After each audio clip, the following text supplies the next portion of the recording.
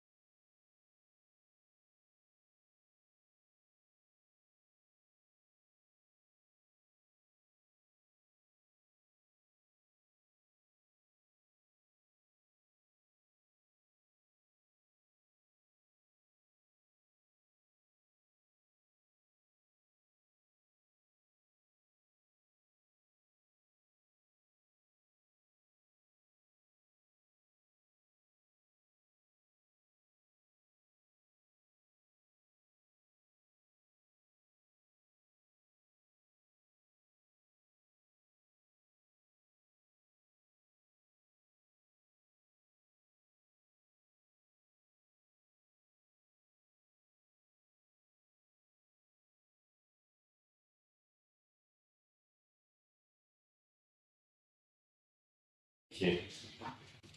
Right, so a few items of housekeeping first. This is the first meeting of the new municipal year.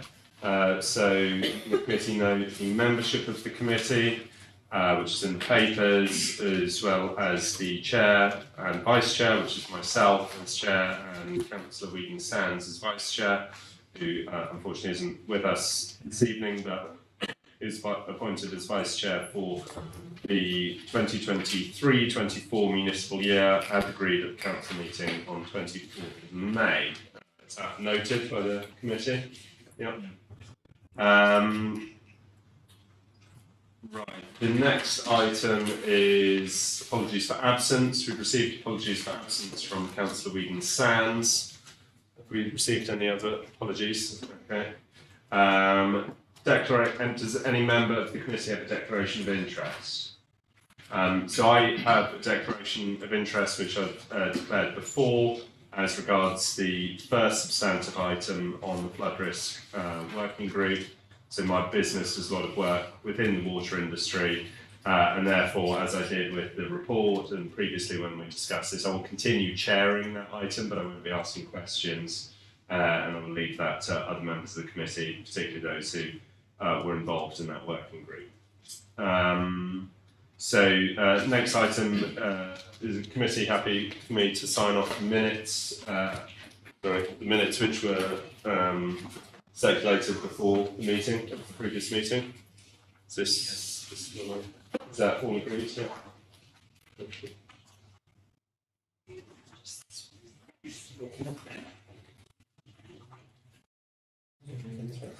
So, first substantive item, A5, the Flood Risk Management Working Group response to recommendation. So, we're going to do this in a slightly different way than usual.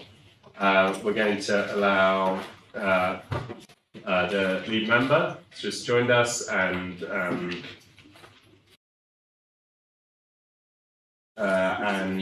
James Latham from the officer team to introduce the report. So this just remind everyone, the Flood Risk Management Working Group did a long report into flooding in the borough.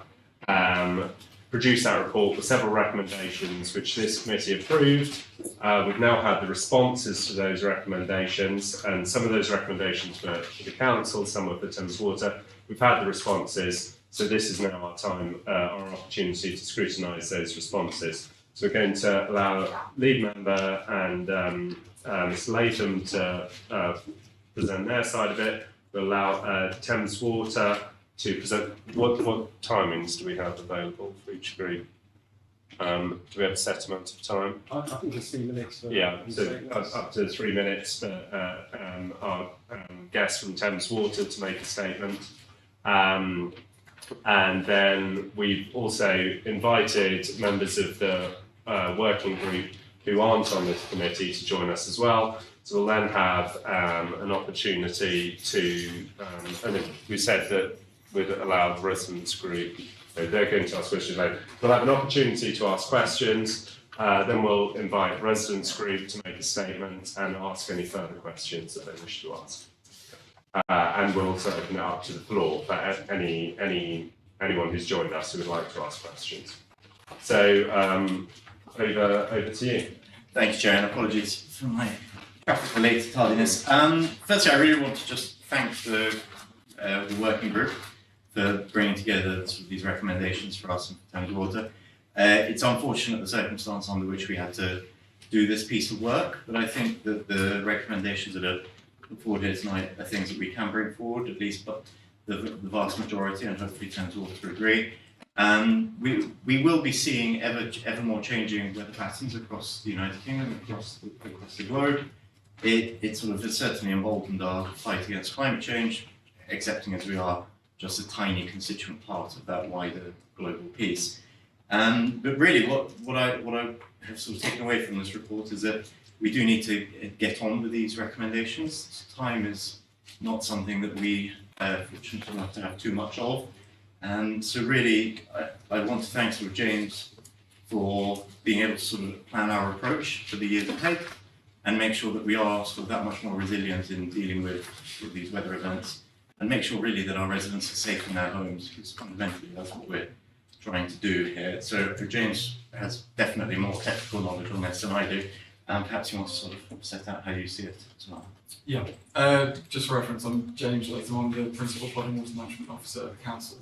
I won't go through every recommendation in the blow-by-blow account that's in the report, but what the report does is it sets out the general approach to the recommendation, and what we try to do is identify the actions we're already taking, the actions that are already being undertaken, and those that are proposed to be taken into future actions.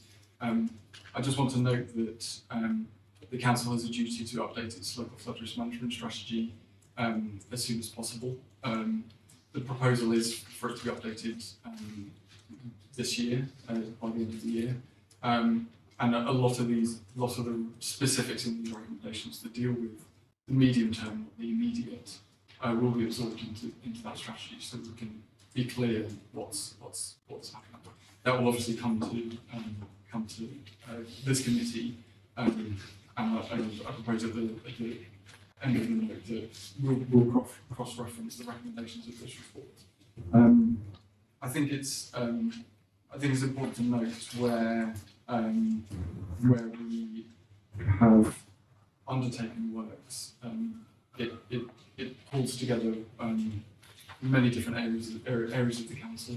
It's not just me within planning, but for instance, the delivery of sustainable drainage that we are implementing and plan to relies on other services. It's drawn out in some of the recommendations. So, and I know that other services are continuing to deliver, and I've shared some of these recommendations with them.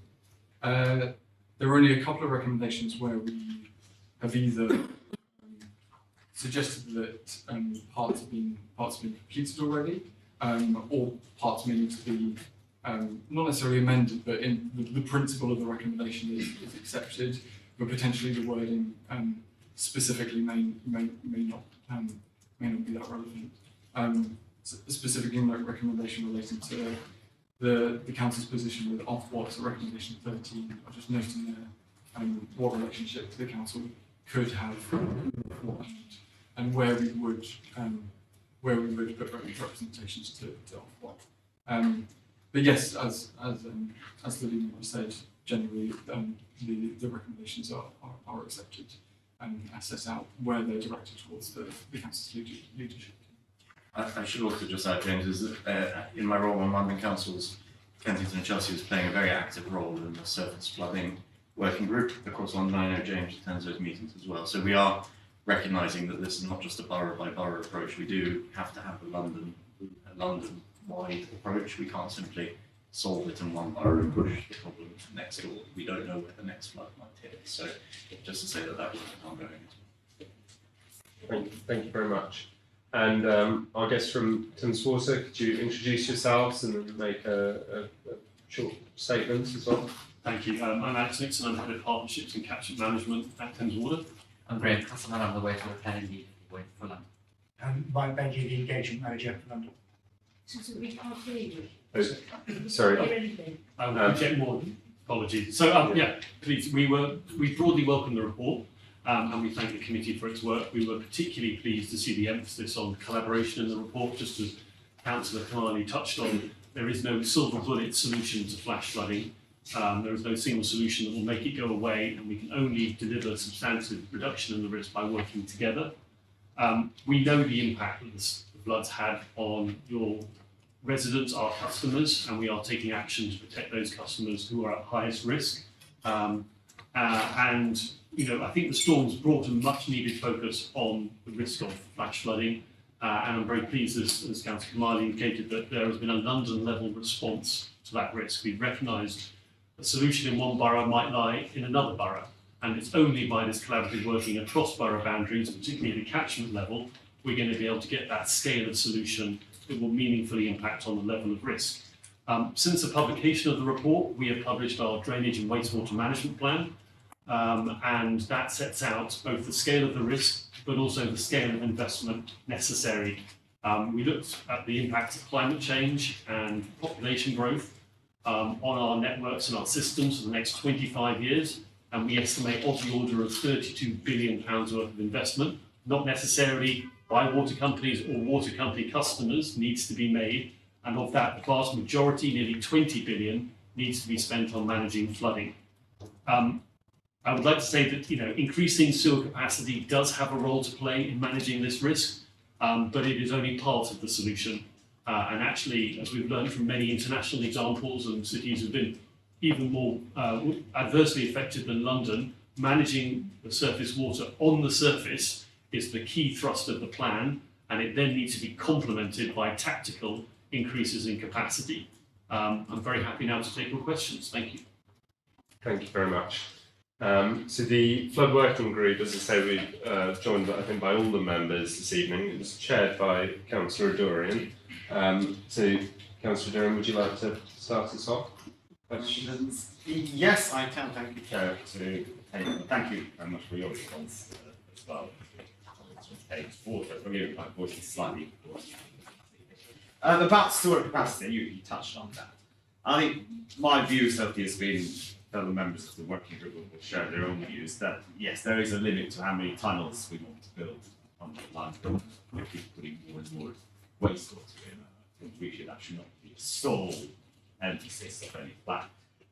But one thing we were trying to highlight was there are some points within the existing sewer network where capacity could be improved. There are certain pinch points where, for example, there were issues that would been identified. We were really, at least we'd like to see some kind of plan towards addressing that. Do appreciate that, yes, we don't want to continuously build more and more tunnels that may not necessarily keep in the future.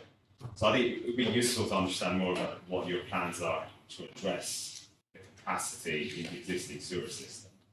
And then the other half of that, of course, is sort of the greening, SUDs and so on. Of course, the councillors are see the role to play in that, and local authorities. But where do you see Thames Water's role in that? I'll answer both of those, and I'm going to refer predominantly to information that we've published very recently in our drainage and water management plan. we purposefully made the assessment in terms of interventions to resolve population growth and flood risk in London to focus on green infrastructure as a priority. It provides multiple benefits in addition to providing reduced enabling capacity within our sewer system. And so the approach we followed was very clearly to say, first maximize the benefit you can gain from sustainable drainage, and then look where you still need to do further.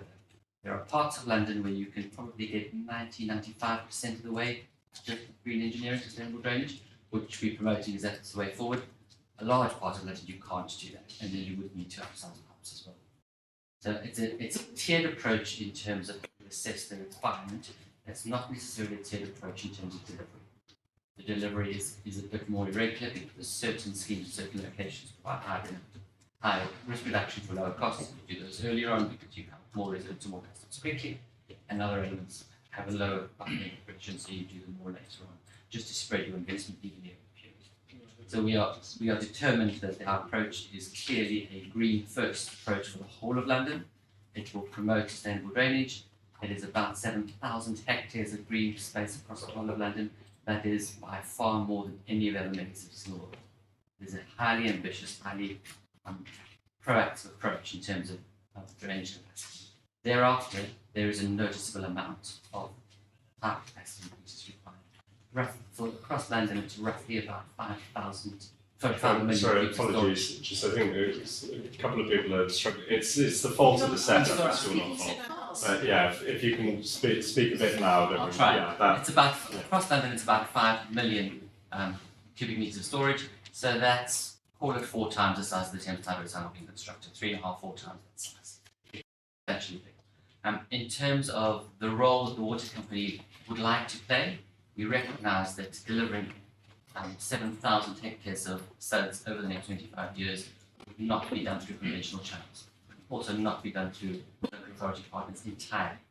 We are very keen to collaborate with you and support with you because it's a leverage benefit, but there will be other mechanisms required, and there's most likely that we would operate and earn sustainable drainage suds features in the future. We would expect to have that responsibility as well. Follow-up question. Completely appreciate the London-wide approach, clearly investment you make in other parts of London, central London, will benefit RBKC as well. But again, just if for a moment you just like pure RBKC perspective, since that's where we are this evening, where does the borough stand in terms of your investment? To be able to give us some indication, if not tonight, but at least another point as to when we would be expecting to see that. In the drainage and wastewater management plans, we have cut London into very large districts. The reason we've cut them into districts is because we need to know where the water comes from, where it's going to, and that's not always the same administrative guidance. So your district lies in collaboration with Hammersmith and Fulham, and a little bit of Westminster, but not a lot of Westminster. In that area, there's about £92 million of pipe upsizing expected over the next 20 years. So it's a substantial amount. Over the next how many years? 25 years. The Drainage and Wastewater Management Plan is a 25-year view to assess, to mitigate the impact of population growth and climate change over that time, and to deal with a fairly substantial backlog of improvement in the basic performance of the sewage. And just sorry, the follow-up to that. So how is that phased? So how much in the next 5 years, for example? The phasing is outlined in the plan, but it then moves into a regulatory process whereby we use a price review with Ofwat to negotiate the next 5 years. So we have, if I remember correctly, about 500 million across the area for the first 5 years, but that is subject to our negotiations with Ofwat, which will start in September, October this year and run for about a year. And that can change. That funding will not allocate it because we are so uncertain about the scale. Once we have confidence in having the funding available, we'll then allocate it. So I can't say 5% of that in this borough, 2% in the borough. It's not yet absolutely. I think it's also, just to make a point, it's also important that we develop our plans with your developing local flood risk management strategy, because the two have got to dovetail beautifully. So we need to work with you to say, actually, well, where are the best locations to implement these changes, and what measures can we do it? Because we can do it in parallel with new development, or as part of wider retrofitting of council property, for example, we can achieve a much better, more cost-effective solution for a much reduced disruption to our customers, your residents. So I think James and our team are going to be spending quite a lot of time together over the next 5 years trying to work out where is the best sequence of things to go, and where is the best investment best made. So it's not that we can say at this moment it's going to be at this crossing or this road. It's about sitting down closely with you and saying, well, what is your view of the risk from your local flood risk management strategy? What's the view of our risk from our sewers spilling to the surface? And where do we get the best bang for the buck? So I'm afraid there is no detailed investment plan now, but that means that we are able to work together to develop it. Do you have another question? Okay. In particular to members of the working group, do you have any questions either for Thomas or yes, Councillor Jadu? I just wanted to ask you about this recommendation to Thames Water to provide written updates to council on the sewer cleaning program, and particularly to identify any blockages in high-risk flooding areas in the borough. I just want to see the reason. I mean, you said more or less. It's just only 228 blockages. But you see that report in terms of the street name, how can you see it's not really affecting the flooding in the area? And you don't point out where exactly was the blockage. And then residents can see, okay, something is going on here. For instance, if there is a big business like Hinton Hotel, I think it's quite reasonable to disclose this information to the public. Okay, so every year we try to clear the order of 70,000 blockages across our network. For Kensington and Chelsea, due to the nature of having very large sewers, the residents who are very good at not flushing things down sewers that cause problems, we actually have quite a low number of blockages in your area, so 288 that we quoted in the report. What we do is we do target areas where we know that there are blockage hotspots, and we engage with residents and businesses. So we have something called a sewer abuse programme, and we particularly work with fast food establishments in those locations to make sure they have things like fat traps, and they're aware of the need not to flush fats and things that shouldn't go down sewers. So we actually do have an engagement programme in areas where we have these blockage hotspots. But because the nature of your sewers, where they are larger diameter, they are far less prone to blocking than we see in other boroughs, where smaller diameter sewers actually get blocked more frequently. I still don't understand what stopped you from disclosing exactly the location of hotspots. In terms of one of the reasons behind it is for legal reasons, and I know people may not like the answer to that, but blocking a sewer is a crime. It's a legal crime. So if we were to put out and say this kebab shop was committing a I'm crime, not asking you to exact. but in some cases that it becomes clear. It draws it down to one particular business that's within that area that people would assume would be the main offender, and it draws attention to them, and it becomes a legal. We as a business would like to be in a position to really highlight the worst offenders, and it doesn't. I know it doesn't sound a great reason, but we can't. If we start drawing out businesses and highlighting businesses, some of them it's general ignorance on their part. They don't realise they're doing anything wrong and work with them and they fix it. We don't want to be in a position where we publicly shame that company made it a risk. But there is also then the legal element of it as well. So what is the legislation behind not disclosing to the public? Behind the public, because we'd be hinting that someone was committing a crime when they, without necessarily, it's quite hard to prove who's done it. You're hinting someone's done a crime. But I'm not asking you to literally pinpoint a person who are just more or less wanting the name of the street or an area, and this logic is here. So we don't really, it's a high expensive thing, have many businesses. And I remember for a long time we couldn't get out of you a map of London, and mostly Kensington and Chelsea, when there is an area which cannot withstand downfall of rainfall within 1 for 5 or 4 years event. We still don't have it properly, so my question was, if I remember correctly, if you can disclose it, where is the area of blockages and where is the area where sewer system cannot cope with an event of rainfall 1 in 4 years, then residents at least have a peace of mind. I'm not going to buy property back. This is really high-risk area for me. I cannot make this thing, and I will be flooded again and again, and not having insurance possibility. You really make these people's life miserable.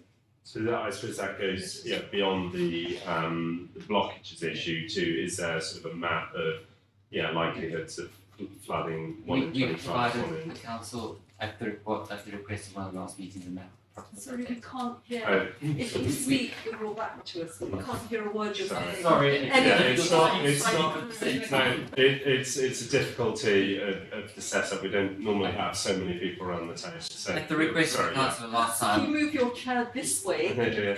then everyone can. Yeah. Great, we move along. Yeah, if we slide everyone at the down. request of the council at the last meeting we attended, we provided a map. Yeah. Does the map have the street names and the location? It cannot give locations. What about street If names? we provide locations of data that's at risk of hydraulic flooding, and someone cannot sell their house, they can take legal action against us. So, We cannot provide that so, data. so so the map is The provided, map is, there's at the some level details of provided at the level that we details believe which is you're appropriate. legally allowed to provide. Yes. Okay. We I have think to release data that as long as it doesn't provide. if we want to situation- pursue this questioning, I suggest we do so after the meeting. I think Yeah. we'll probably pursue it as far as we can for now. Yes, Councillor Gardner. A couple of questions. If I could just start on a high level. I found it fascinating to read your response where you then talk about the DWMP and then you talk about the green solution, the green first. And I have to admit, I've sat through how many of the evidence working groups, and that's the first time we started using these buzzwords. And I kind of think, why didn't you share more of this waste plan, management plan in our evidence gathering? Because I feel like I'm playing catch up now, because when I got this report, it had a reference to a report that I've not seen before, and I'm kind of going, but the horse has already bolted. So I found it very frustrating to actually see that your whole solution was green first, and I'm kind of going, why is this only just coming up now? The Drainage and Wastewater Management Plan went through public consultation last summer, which you responded to, and we did refer to it. I have been taken out of my current role for the last 6 months to deliver the 8 months to deliver the Drainage and Wastewater Management Plan. So I know the detail behind King Chelsea, but I've also delivered the project. And so we did refer to it in our last engagement. We went out for public consultations, many commented. We got a formal response from the council as well as individual comments from residents and local action groups. We had an amazing response to it. The theme has not changed between the public consultation and the final report. Regulatory Maybe because I wasn't on the council last year, and I'm playing catch up, but I'm just very conscious that in the evidence working groups, I didn't feel it really come up in the way you mentioned it. Can I just turn to a few specific questions? You talk very much on page 18 about customers and flip valves, and can we actually have some details behind this, some figures? So where are we with the number of customers that you've had, and who are high risk? How many have we got in high risk, and how many have been actually had any flip valves? Because it is 2023 and following 2021. Okay, so what we established was we asked how many, we followed up with customers to say who has been flooded. We had about 1,500 responses. With each of those, we went back to those properties and said we would like to undertake a survey of your properties to understand why they flooded. Of that, this is at a level that counters Creek area, not just your borough. Of that, about 2/3 of customers, so 900 properties responded. We've surveyed pretty much all of those. I think we've surveyed 926 properties to date. We have 6 more to survey. And of that, we realised that about 2/3 of those were at what we call higher risk of flooding. So would be likely to be flooded from a 1 in 30-year return period event. What we then realised was that was too many properties to treat at once. So we prioritised them according to vulnerability and risk. So we said, right, first of all, what we're going to do is we're going to start with those properties where we have vulnerable people, so defined as elderly, disabled, or with a life-limiting illness, registered on our priority services register in a self-contained basement flat. We felt those were people at highest risk of serious risk to health if they were flooded again. The next group down was then properties. Can I just ask Of course. how many in that category and how many have had some? So we committed to undertake 31 installations by the end of this month because they would seem to be the highest risk group. So far we have delivered on 17 of those. 7 more will be completed by the end of July, and there are 7 of them where we are in complex contractual discussions with them because we need the permission of the building owner to undertake the work, and therefore it is something sort of beyond our control to institute those changes. The next tier down are properties that would suffer significant depth of flooding that would cause significant property damage, but maybe wouldn't be a risk to life. And then the third echelon are properties that would suffer minor flooding. Sorry, can I go back to figures for the significant depth, please? I think, sorry, I don't have the figures right here.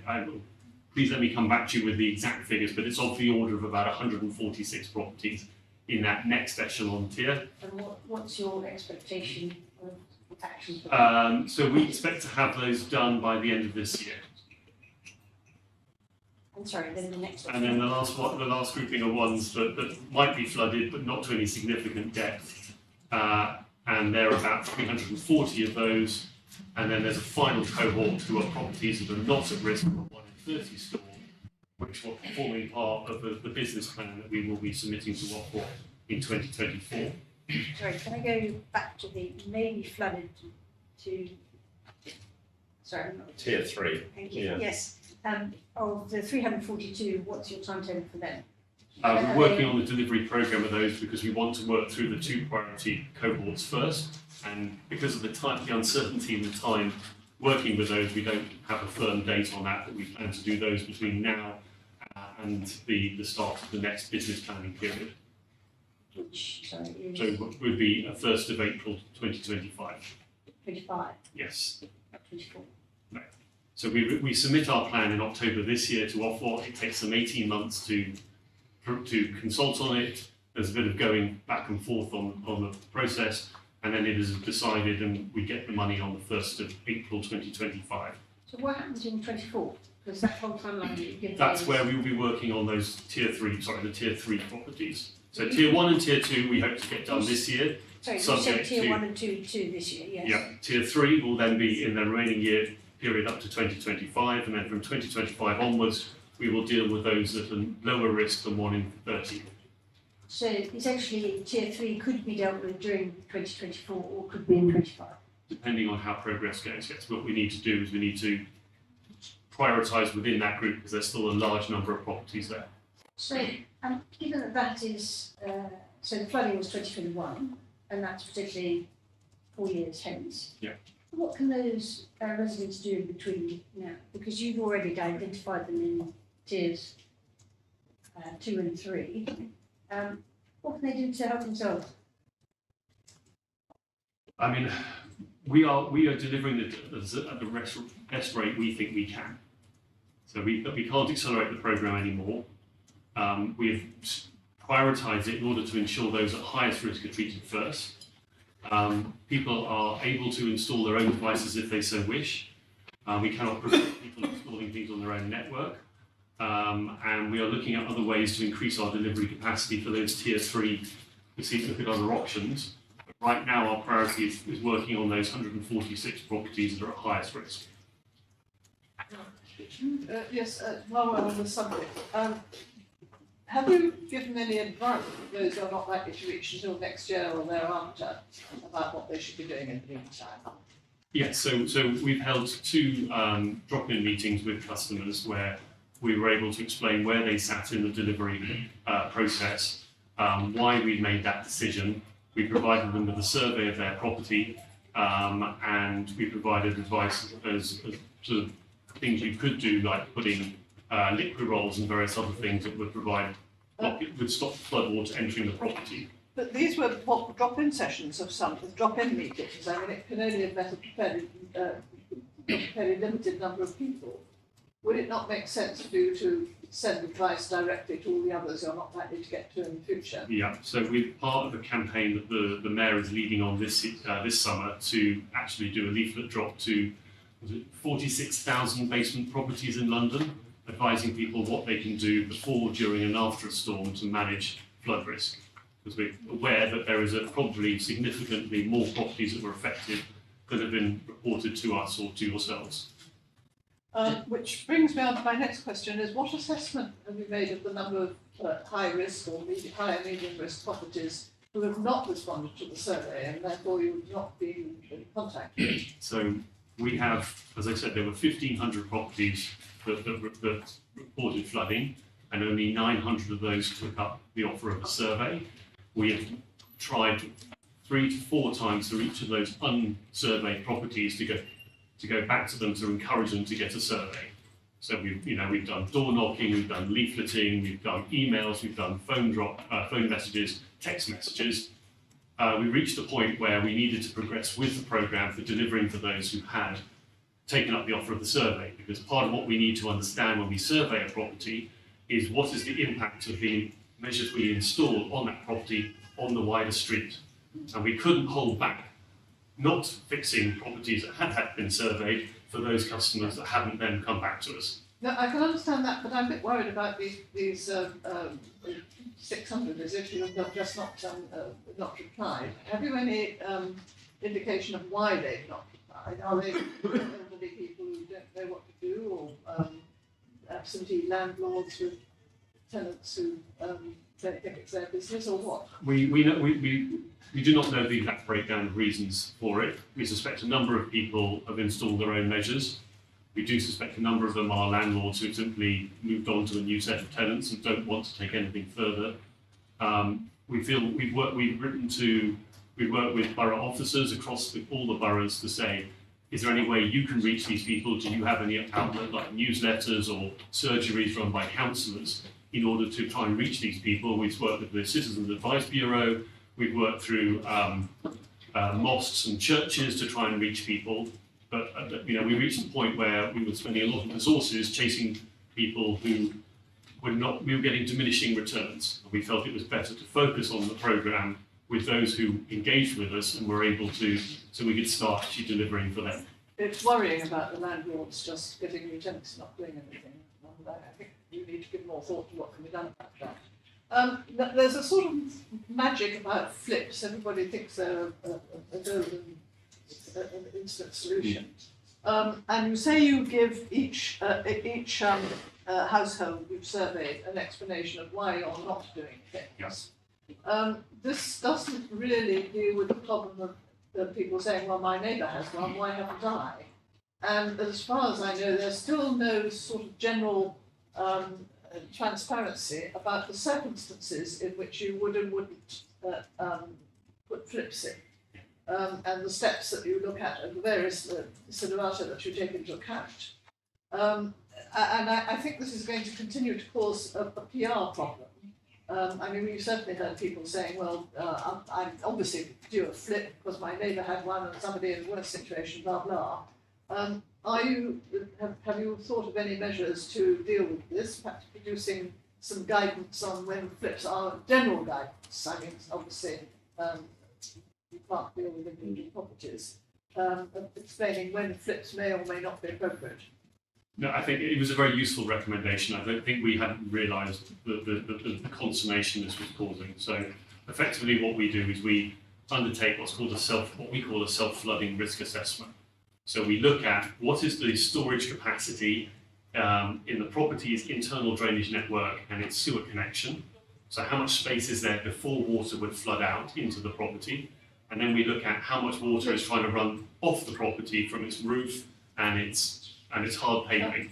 That's why I'm not asking you to explain it to me, I'm asking Yes. you to explain it to all these poor people. You are quite correct. We need to put something very clear, if you could simple. say something like that, Yeah. have a piece of paper, a letter or whatever, which says that what you're saying to me, that might do a lot of good. We're in the process of developing an infographic to go on our website that explains the process we go through in assessing whether we put a flip or a non-return valve. The most important thing is we changed our policy from automatically installing a flip to having a non-return valve as the default option.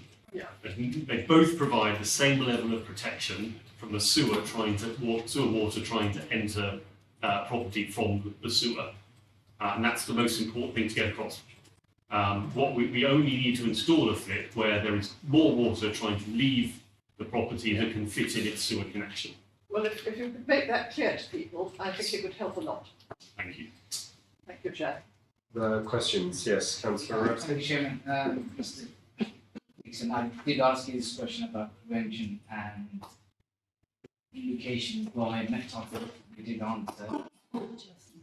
if you have any early indication, it's all about prevention, you have prevented, I know you answered the question, but in the future, based on your improvements, infrastructure programs that you're running, how soon could this plus be prevented if you get it to the other class next year or even this year?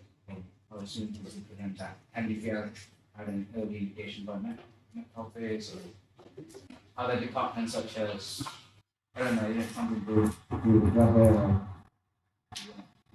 I mean,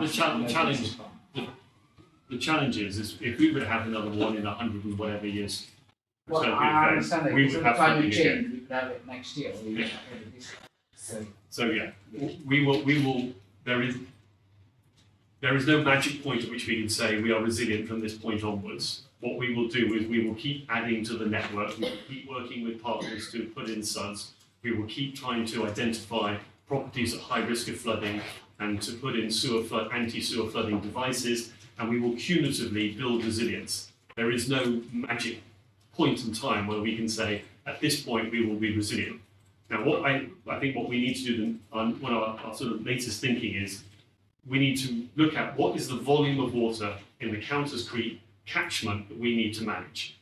So we will model different intensities of storms, and we will then say, right, for 1 in 30-year storm requires us to manage 1 million cubic metres of water.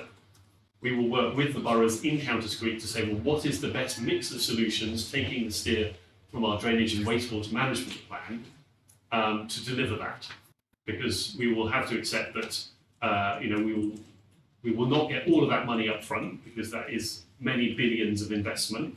We will work with Ofwat to make a case for that investment, and we will work with you to work out what is the best way to deliver it in your area.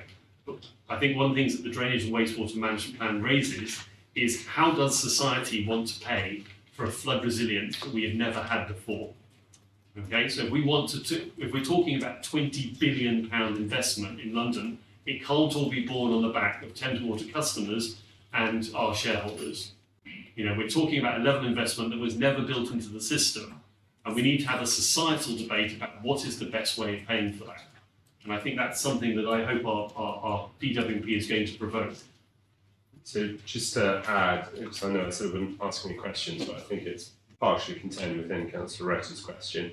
So what is our current level of flood resilience, either in the borough or in London? Are we resilient up to 1 in 25 or up to a 1 in 30 year? And what is the plans under the current plans up to 2025? What are we hoping to achieve? The current level is very varied, and we understand it at a pipe level. So we have data that shows different pipes across the city and what level of protection they have. There are very few places in London that are only resilient to 1 in 5 year rainfall event.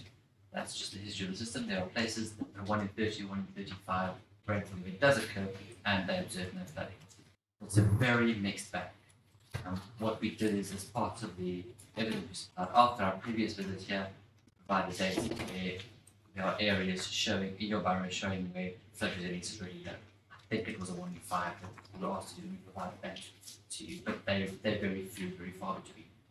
Drainage and wastewater management plan sets an ambitious target of no more than 5% of residential homes in London at a risk of 1 in 50 year rainfall event. So that's the investment required, the £20 billion Alex is talking about, is to get to a level where only 5% of homes in London in a 1 in 50. Is that the 2050. Yes, by 2050. Yeah. Okay. Do you have a follow-up question on that? Well, it's Sorry. not follow-up, it's a new question. Oh, you go ahead and then we'll go to Councillor. Actually, and firstly, thanks for the assurance from the council and obviously agreeing for collaboration. And many of my residents would probably ask you the same question. In terms of the insurance increase, the properties in your, many of our residents have concerns about that. Is there anything that Thames Water can step in? I don't know whether you collaborate with an insurance company, because now you can assure them that you're installing flips and these programs are running through, so we could prevent biological definitely. Is there anything that you can help them? So there's two things that we are doing. One is, as soon as we've identified what it is we need to install, we are providing a letter to the homeowner to say that we are including this, so they can then share that with their insurer, so the insurer can see that there are measures underway to protect those properties. And the second thing we're doing is we're working through CC Water, which is sort of the industry water companies, to put pressure on insurance companies, principally through Flood Re, to state that London is unfairly penalised because of the capping in the Flood Re system. At the moment, Flood Re will not insure properties where there is more than 3 flats in a single building. We think that unfairly and disproportionately affects Londoners. So we've been providing evidence to Flood Re from various customers reporting stuff to us of where they have faced these very significant increases in both the premiums and the excesses. So we're flagging that. We have provided evidence also to it was a House of Commons debate, and we've also sent things to information to various MPs as well, as requested. So in addition to that, insurance companies do not come and ask us for flood data. They haven't. They use their own independent processes. From me asking their own independent processes, they tend to be unique as far as I can gather. I do not know for sure because I've tried to find out but I haven't got details. We are also not allowed to release flood risk data for an individual customer to the insurer without getting permission from the homeowner. We've never had to ask the homeowner's permission because we've never been asked to release the data via a insurer.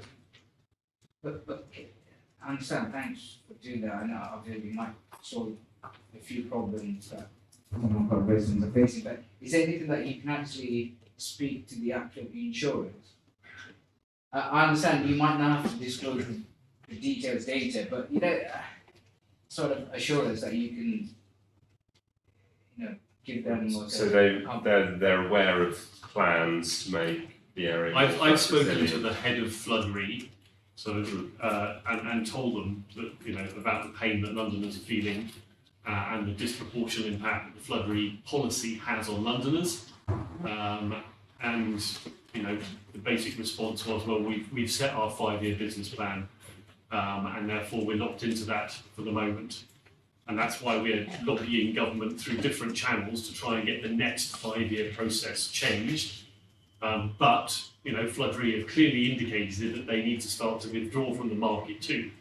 Effectively what they're saying is climate change is a bigger issue than the insurance market had factored in, and they're now factoring that into the prices, and therefore the prices now reflect the risk that insurers are seeing. What we have to remember is insurers are global, tend to be global, so they're getting impacted by the floods in Emilia-Romagna in Italy last month, and in Sydney the month before, and in Madrid the month before that. So it is a global market that is rebalancing around the risk of climate change. And unfortunately what they're doing is they're reducing their exposure by putting the price up. So people who can afford it can continue to be insured, and those who can't are really stung by the high excesses. And that's why this Flood Re mechanism is probably the best mechanism to try and bring back some more affordable insurance value. I just wanted to ask the council to talk to the government, take this point. So in response, in response to recommendation 14, we wrote a joint letter to the Secretary of State, and specifically in that we mentioned the difficulties that residents are having in terms of whether Thames Water have installed the measure on their property and that's not taken into account, or if decisions are made that shouldn't necessarily be to not necessarily install the property or for it to be delayed, that shouldn't affect the ability for that property to access affordable insurance. That was specifically mentioned in that letter to the Secretary of State, as well as raising the issues of general eligibility and for the majority of properties in the borough that were affected. So that was very specifically in the letter. And have we had a response yet? We have not had a response yet. No. Okay. When was it? The letter was sent in March. Okay. March 6th. Mark, If you could update the committee You when, chase, when yes, we, yes. when we Yeah. receive a response, that'd be great. So I do want to bring in Pembridge Association, but perhaps we have two more questions. Councillor Jadot and Councillor Gardner, and then we'll bring Pembridge Association up. So I have a question which maybe is sort of a little bit hard for me to explain. You are investing here, it says on, I can't hear you. Page 20, page 27, it's 4.4 recommendation M. It consolidated to work with relevant risk management authorities and across its own departments to increase the scale and number of sites to mitigate flooding risk and enhance biodiversity, particularly across the operational area in housing and transport parks, playgrounds, and other green spaces, and to consider increasing the ability of resources to leave the sites. You mentioned here the figure of £200,000. Yeah. And on another point here, Thames estimates in its draft drainage and wastewater management plan that 7,000 hectares of new sites needed to be delivered by 2050 to manage the risk of floods in London. So my question is now, if we don't have really a proper map saying where there is a high spot for flooding, and we don't have stats already there, and we are London, which is urban space, the point being is how do you divide this money into areas which is high risk but has no stats? Because you mentioned here parks and green spaces, assuming that this can be enhanced. However, if the floods occurs in an area where it's very much urban, how do you introduce stats? I can explain myself properly. Is it complicated? Yeah, no, I understand Yeah. your question. So the main emphasis, because of the scale of the need to deliver SUDs, partly it's where there are opportunities to deliver SUDs. Understanding that basically the whole of the borough drains within the Cantor Street catchment where there are constraints. It's not just in where there is a specific hotspot for flooding that SUDs should be implemented. It's within the drainage catchment. So particularly in the north of the borough and the west of the borough, implementing SUDs is a way to reduce the amount of water that gets into the sewer network. So what we set out is where the council is already delivering SUDs and within the existing strategies, within housing, within parks, within the biodiversity action plan, the need to continue to deliver SUDs in these areas. And the main emphasis of the surface water management plan that was produced quite a long time ago, and the upcoming local flood risk management strategy will be targeting where you will be able to implement SUDs as easily and efficiently. I mentioned a couple of housing estates where it's simpler to implement SUDs that will provide the maximum benefits because of the land that's available. And the funding required to implement those schemes. Where you move into highways, it becomes more congested with utilities, more congested with other factors, and it becomes essentially more expensive to get the same benefit. But it doesn't mean to say that those shouldn't be implemented. So recent highway schemes have had SUDs implemented on within them. So it's more about making sure that SUDs are delivered and continue to be delivered in a way that's proportionate and targeted to say. How did you arrive at this figure, 7,000 hectares of new sites? That's a Thames Water. We derived the figure, and we derived it based on a forecast of what population growth is going to do from now to 2050, a series of forecasts on how climate change could change between now and 2050, because that's very uncertain at the moment, and then the target level as specified of no more than 5% of 190 flooding in the world. If you take all of that and you work it out, you say this is the size of your problem, we then propose about 7,000 hectares of sites, as well as all the other measures, the upsizing, some continuation in sewer lining in parts of London, and a whole bunch of other measures. So did you have a model of London with 7 hectares, 7,000 hectares, and then you told where exactly the 7 hectares is going to be? So how many hectares in London, meaning boroughs by boroughs? How did you actually came to this figure? I just didn't understand. We the logic don't behind do it. the data by borough, we do it by water flows. Water does not follow administrative boundaries. The tool we used is a very high level tool developed by consultants. It is really good to give you an understanding of the quantum of the problem. It is not the best tool to use to determine where you're going to put the next local flood feature. What we've done in parallel is we've trialled a modelling approach to determine the best location to put studs in.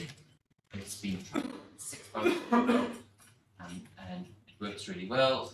We're busy sourcing funding from some partners so that we can roll that out across the whole of London so that everybody can know where's the best place to install studs. That would really help the local flood authorities, because then when they're going to do some roadworks or when they're going to do some park regeneration, before they start, they can look at the map and say, this is an area of high benefit, we definitely want to collaborate here. Alternatively, they can look at the map and say, there's no point in collaborating here because there's no beneficial location infrastructure. Just to add, I mean,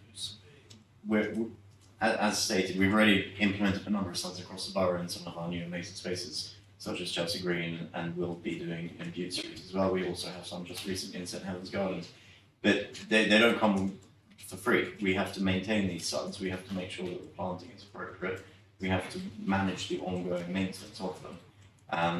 And there is not yet, to my knowledge, a sort of a package of funding that's available to boroughs. We're in a fortunate position that we have this capital pipeline of projects which will deliver some studs, but I think the cumulative amount of subs we'll be able to deliver through those 8 to 10 schemes will be not even an acre, probably, if you were to add it all together.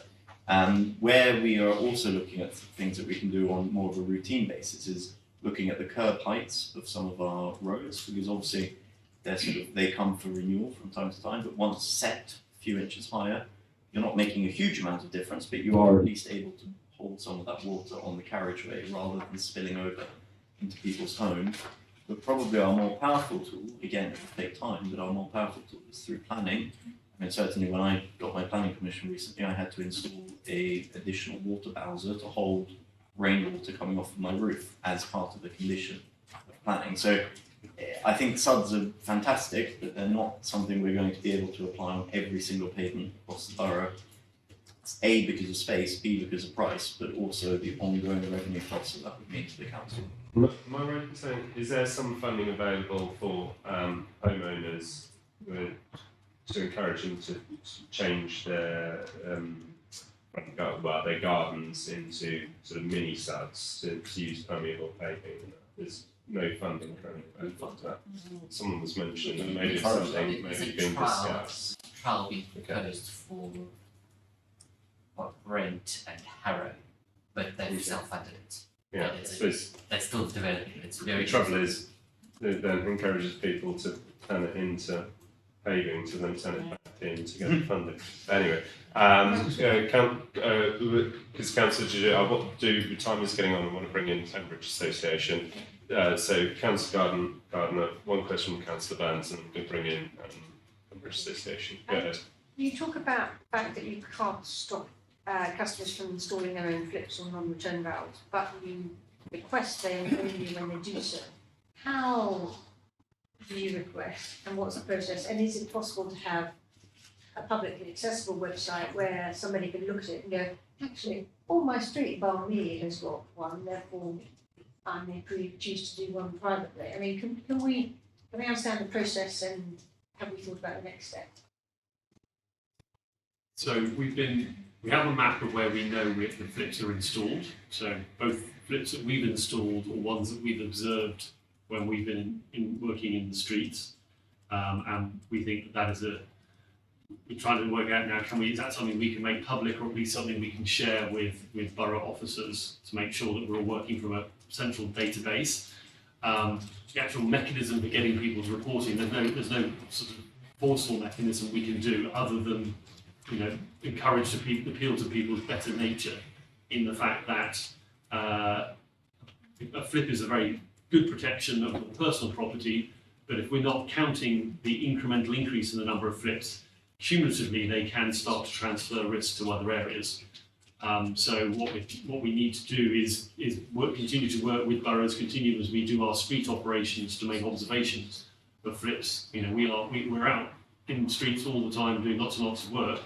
We need to look at that as a source of it, and we need to work out how we appeal to people to report it. We also need a very simple mechanism on our website that encourages people to do so, but we don't yet have a simple way for doing that. Again, it's going to have to just be a mixture of good collaboration with partnerships and appealing to our customers to recognise that they are, both through their action of concreting over their gardens and extending their buildings, that they are cumulatively adding to the risk that they then create. And they, by the flip side, they have the opportunity to also manage by taking good behaviours and good actions. So I think I pass it back to Jem to look at whether planning can put that more formally in the process to those, and I appreciate not everybody wants to do planning, but make it a requirement to notify. I'm pretty sure that where planning applications come in, we do require things in the gardens, but obviously a lot of people are able to do works in their gardens without requiring information, which is by and large. Yeah, so under the building reg part H, if you extend your document, you are required to install an appropriate anti-sewer flooding device, and that is meant to be signed off through the planning system, so we would become aware of it that way. But if you're just putting one in for your own protection and not extending your property, there is no requirement for you to do that, provided it isn't the whole last section of the sewer. Councillor Vance. Okay, just a quick one. Lots Road pumping station needs to be under review. Residents believe that in years gone by that it stopped flooding in Portobello Road. Look at 2021 and the recommendation 5 on page 54. I just want to find out, when are you going to do sort of the review and findings, and I just need a time frame from that. And also for the work improvements for that, I need a time frame for that. So what we've done is already completed the electrification work. So we've put in 2 high voltage supplies to the site, and we've done the enabling works. We're putting into our business plan for 2025 to 2030 the request of funding to do the electrification, so to turn the diesel pumps into electric pumps, and to put in a state-of-the-art control system. We've done all the enabling works we can do. We just need Ofwat to approve the funding in that funding period, and as soon as we have that funding and confidence of the funding, we can go out and procure the pumps. We know what we want. The manufacturers know our expectations. So We just can't legally enter the contract. We have the money in our project. There's a further complication. We need tideway to be completed on the site. Pardon? Tideway. Tideway So tunnel. they're on the site. We can't get on. There's no space. So we are reliant on tideway finishing and clearing the site so we can get to it. Because at the moment we just don't have the access. Sorry, I just want to clarify because we're quite keen to improve that area once tidy. Are you suggesting you will need to then install heavy machinery for a period of time on the Cremorne Wharf? We can't get to it before then. But is that a short period of time, or would that be a long period? It could be a reasonably long period of time. How long is Let's continue. It's an important conversation. We're not delivering Continue tideway. after the committee. At the moment, tideway is predicted to be ready in 2025. If it's ready in 2025, our expectation is to take another 5 years. If tideway is late, tideway is not turned towards its private, it's an independent company, then that will be deferred. And Can I have one question to leadership, because we never actually asked leadership properly, just going to the okay, so if it's a quick one. Yeah, very quickly. What was the reason for not setting an emergency hardship fund like we did for Grenfell?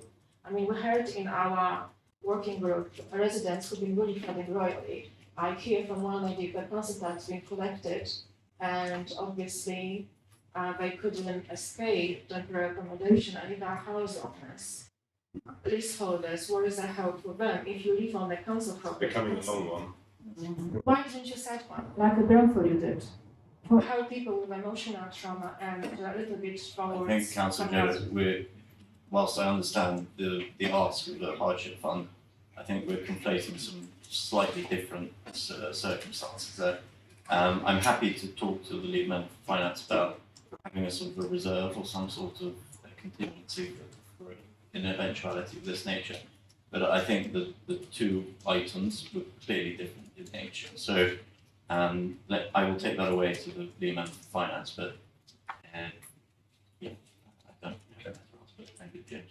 Yeah. Can I just add one thing that's in the report on that is the central government has a flood recovery framework that wasn't activated during the flooding in July 2021, and that would have enabled the council to be able to pass on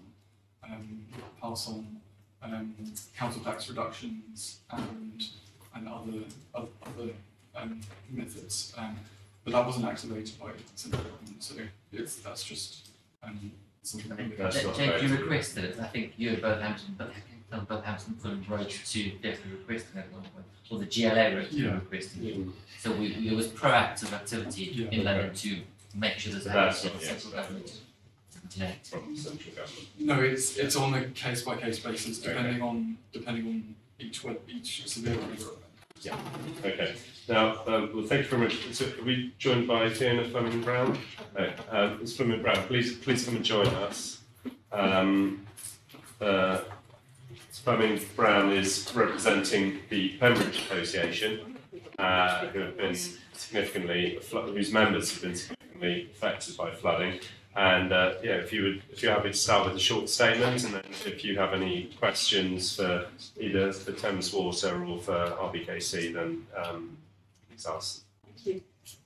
I live on, I think, the most flooded street in RBKC, and so all around Portobello is very badly hit by the floods, and so I know at first hand what it's like to be flooded, and I also know at first hand what it's like to deal with Thames Water. And so, Mr. Nixon, I'd like to begin by saying I think you should have a communications review. I think that I can understand completely why your conversion of people who claim to be flooded to people who were surveyed was so poor. Personally, I had to phone and chase when I had my neighbours. Some of my neighbours were having surveys. Where was my survey? I was told, you haven't got a survey because you haven't completed a form. Fortunately, I had registered the mail that I sent to you, so I threatened you with legal action, at which point somebody from Thames Water found my form in the post room. They admitted to me anecdotally there were sacks and sacks of mail there. Now, this isn't the arena for relations, but I'm afraid to say that that chain of events has continued. So many people then had to chase repeatedly to get their barcode surveyed. Following that, many people were surveyed and they were told by the surveyors, yes, you should definitely, with your system and in your circumstances, be eligible for a flip. And then they were told subsequently by Thames Water, no, you're not eligible, your system isn't suited. In one case, one of my neighbours had a completely different survey to her own property sent to her. This is the sort of communications that residents have experienced, and this is one of the reasons why your conversion of inquiries to action is so poor. There are also large numbers of people in the north of the borough who don't have English as a first language, who are disabled, who have enormous problems socioeconomically dealing with the results of flooding. And these unfortunate people don't have the tenacity of the sharp-elbowed middle classes to pursue your colleagues. If I hadn't had an outstanding lady who personally went down to that post room, I doubt that I would have had my survey.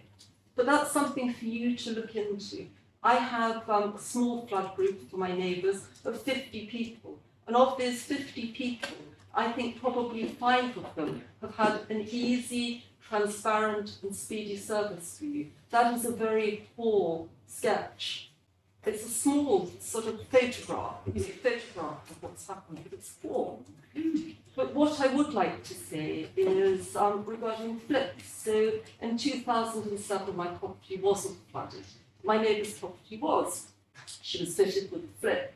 I understand that you now say flips were far more successful in removing flood risk than you'd originally thought. In 2007, these were temporary devices. they've remained in situ and have been serviced at Thames Water's expense since then, and they're discovered to be more effective. But one of your technical advisors on the Zoom call, which many residents, I think 300 residents took part in 3 weeks after the flood, said is we simply can't have everybody having flips because the infrastructure won't hold. There is an absolute contradiction between the needs of residents to have flood protections, those who are affluent enough to fit those flood protections privately, and your crumbling, antiquated infrastructure that will not withstand the pressure of super surcharged water from independently fitted pumps. The typography of the borough is such that if the rich part of the borough privately fit these pumps, the water will be pumped into the very poorest part of the borough. It's an absolutely abhorrent picture. Nobody wants to see that happen. And I think that one of the things which is pressurising people to put in independent devices of goodness knows what quality, because most people aren't hydraulic experts. Goodness knows what they're fitting or how well they're fitted.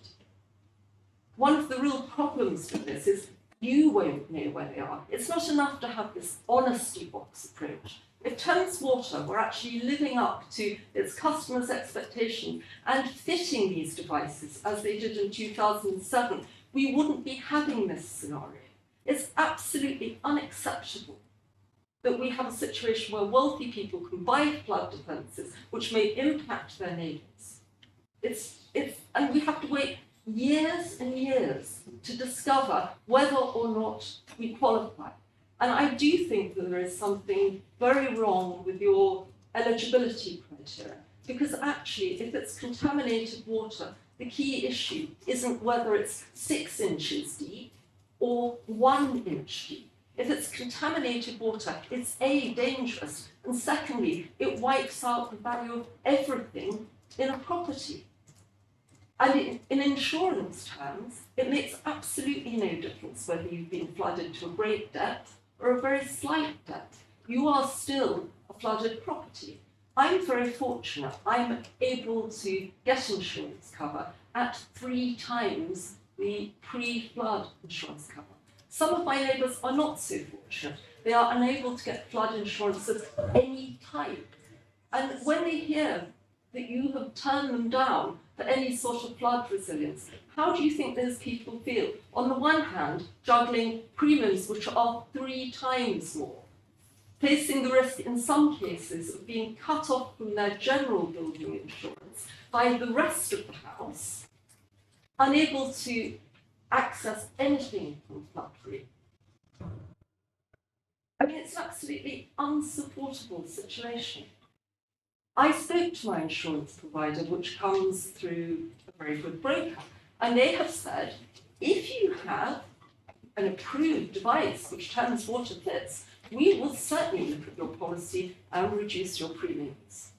So not only have residents had to pay vast excesses of losses and had to pay for untold damage to their properties, we are now in the short term paying these monstrous increased premiums, and yet we can't get through the flood relief that we need to stop this reoccurring, nor can we reduce the costs. Thank you very much. I think there's a number of questions begged within that statement. So, excuse me, if you'd like to respond. Thank you. Yes, there's a lot of content there, so I'll do my best to work through those. Please pick me up if I don't answer those. So. We could resume this in another arena if you don't have time. I've got all the time. I'm just sorry, there was so much information. I have to join the planning committee shortly, so. Right, okay. So yeah, I think what we first have to recognise is this was an extreme storm, well beyond the capacity of our sewers. So it was going to flood. There is nothing we could have done to prevent it. And that is the nature of climate change. So as my colleague Graham has articulated, we are developing a big plan to work with partners to manage that. We are not responsible for flooding. If there is more water that can fit in our system coming off more impermeable surfaces that are not in our control, we are not solely responsible for flooding. We are responsible for supporting those in partnership to come up with a solution to that. Okay, so that's the most important thing I need to say. Secondly, we recognise that we were overloaded by the number of people that were flooded, and our processes to start off with were poor in fitting that sewer flooding resilience programme and getting it started. We apologise to customers for the delays in that and for miscommunications, and we've done a lot of work to improve that. We now believe we have a good process that is running the fit and install measures in a prioritised action. We are not taking into account income or the cost of a property. We are going primarily, almost exclusively on risk. So we're going to those customers who need it most because the threat to their property or their life is highest. So it's not about sharp elbowed, it's about who needs it first. We admit that it has started slowly and we are progressing very rapidly now through that list of properties. And we are looking at other ways that we can, for those people who are at lower orders, we can speed up the process through different delivery mechanisms. But we do think we are making good progress in order to reduce risk, and there are people in the audience today who have actually had good things to say about our process, albeit maybe being slow start. Marion, I'm sure you'll be holding the floor later on. But we are doing our best to work through those properties. We had to change the policy from automatically installing flips to putting in non-return valves as the default option, because what they were doing was they had the risk of simply pushing the flooding around the network. We wanted to bring down the risk, not move it around.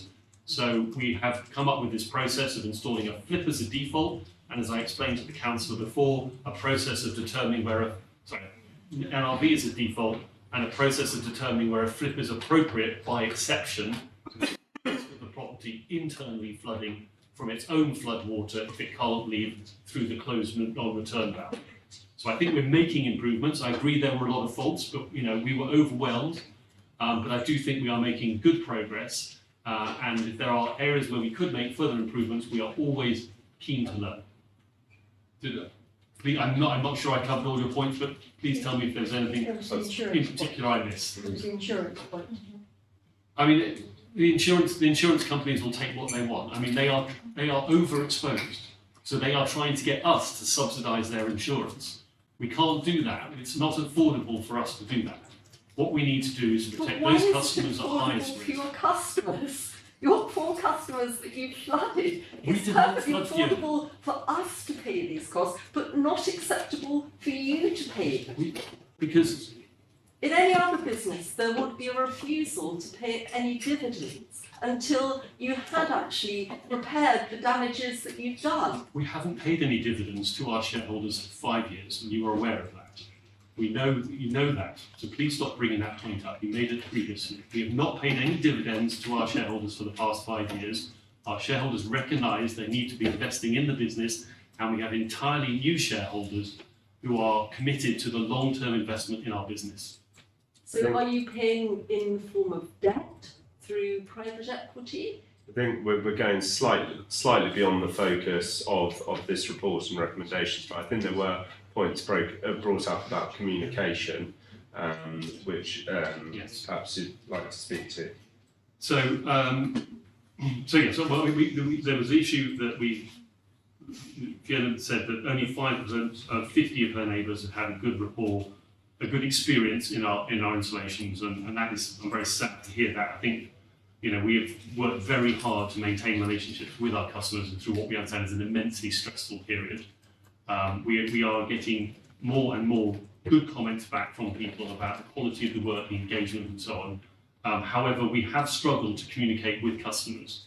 As I said earlier, we've tried multiple channels: door knocking, email, phone, community meetings, counsellors. We've tried to reach people as many ways as we can, but we have at some point in time to proceed from contacting customers and increasing the number of people that we were trying to work with to delivering for those who were there. Now, we have not shut the door. We are still, that list of people being surveyed is still increasing.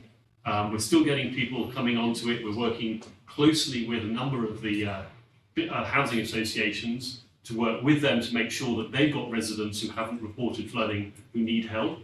And we're making progress, but at some point in time, we have to move from engaging into delivery. But so that's where we are. Would you mind if I open it up now to the floor? Or do you have one more question? So yes, the lady here. On the issue of communication, I filled in a form at that original public meeting, gave it. Then I had to do it again. I think I did it 3 times. And I realised I'm likely to be a vulnerable person because of my age. So I tried to phone Thames Water twice. I was on the phone for 2 hours on 2 consecutive days. And then I phoned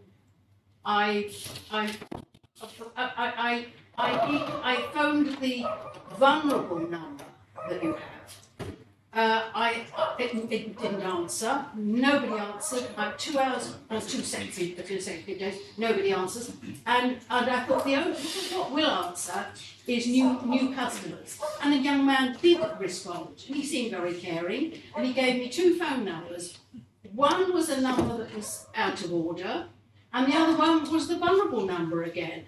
I ended up asking my son to find you because I remembered your name, on LinkedIn, okay, when you kindly responded, thank you. And then I still, after that, waited and waited. Nobody got in touch with me. And I eventually, I emailed Felicity Buchan, our MP, and she texted me back instantly that she'd forwarded my email to your chairman. And the next morning I got a call. But I'm very pleased with the quality of the work that's done. They said, I asked them before it started, they said 3 days. It took 4 weeks and they're still not quite finished. But the work, the care taken is astonishing.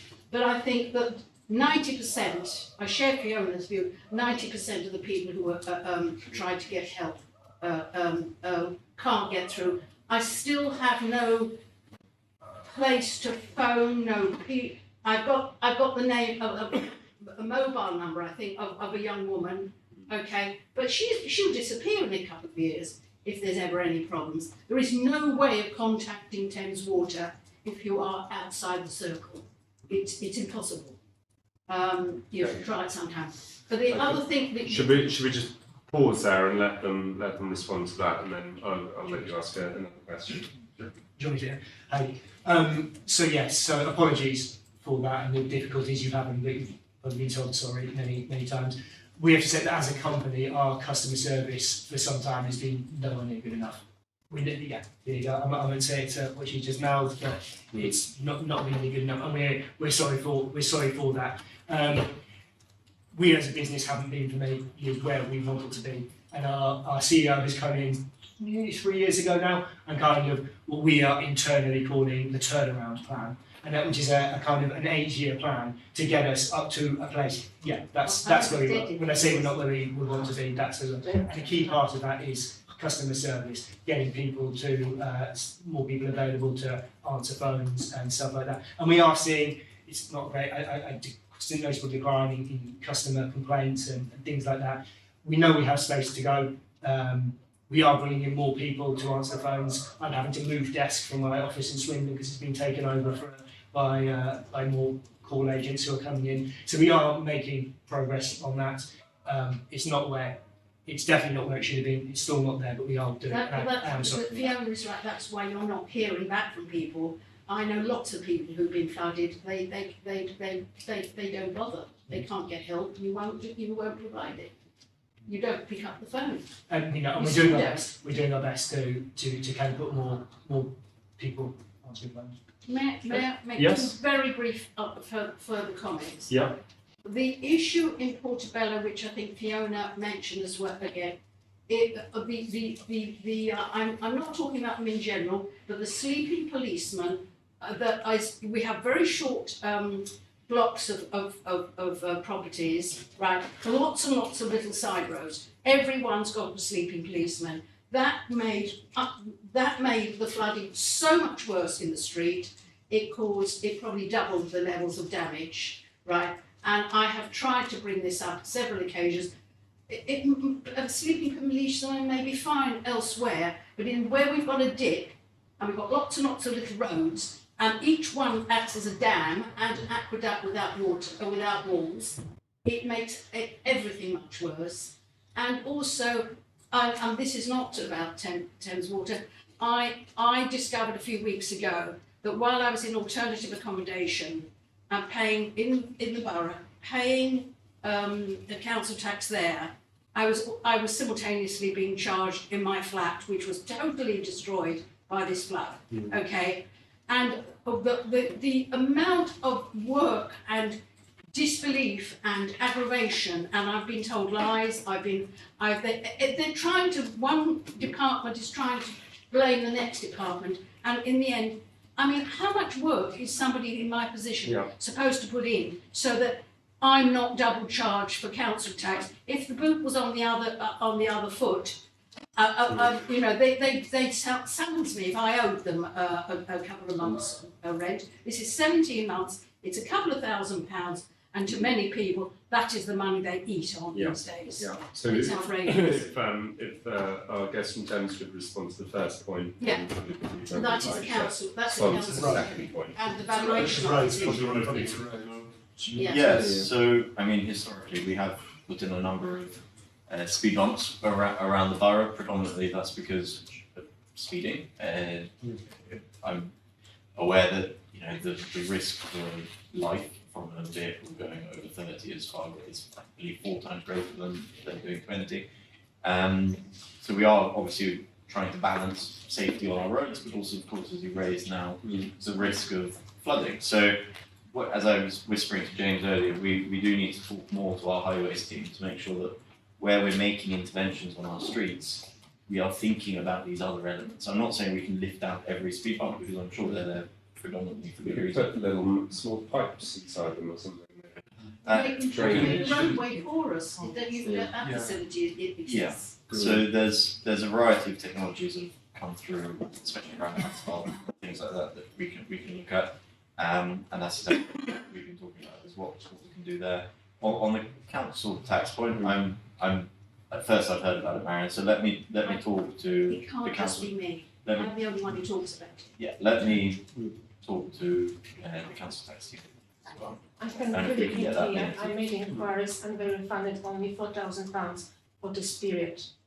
£4,000. On the £4,000. council. Yes. Okay. Well, let's if you. Because in order not to get council tax, you have to have a letter from somebody that says your flat is uninhabitable.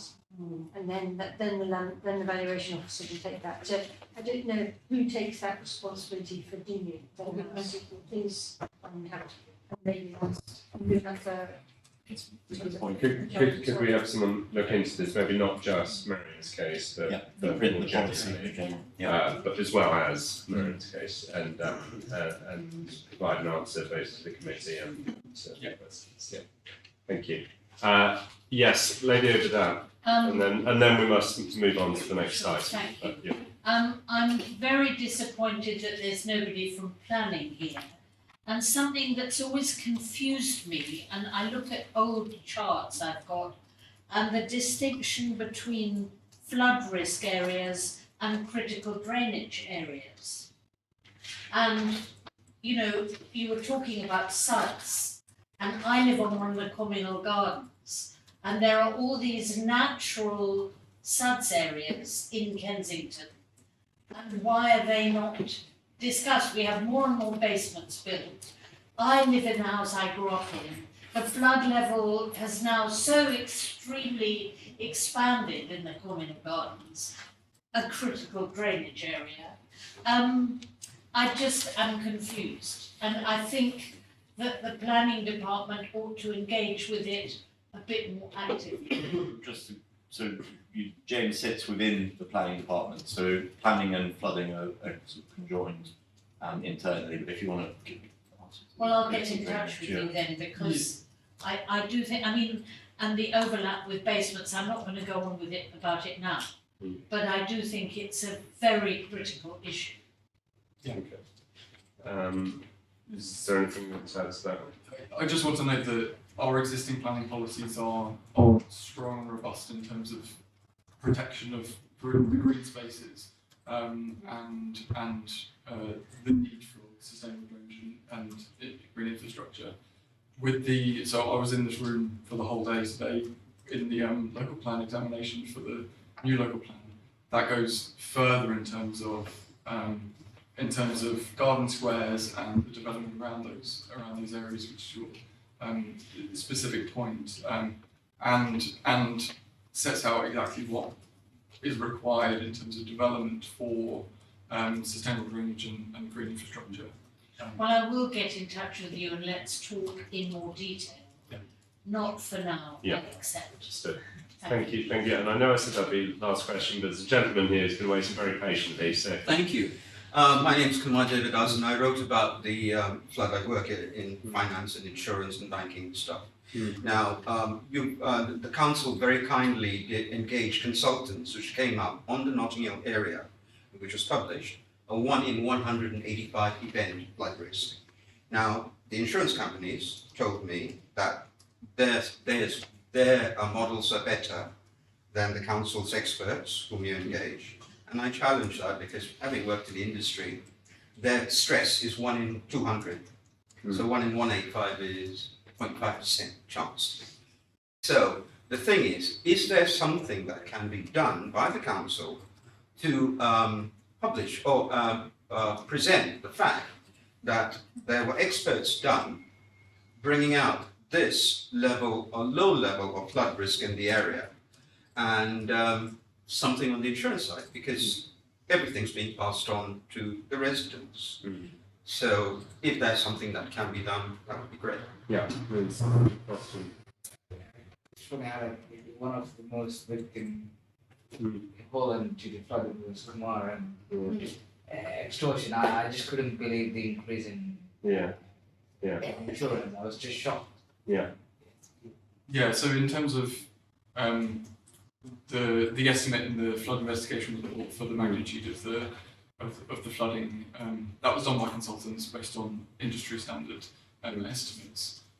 As Graham mentioned earlier, insurance companies often have their own models, their own analysis, that information isn't published. So it's very difficult to look at the difference and compare.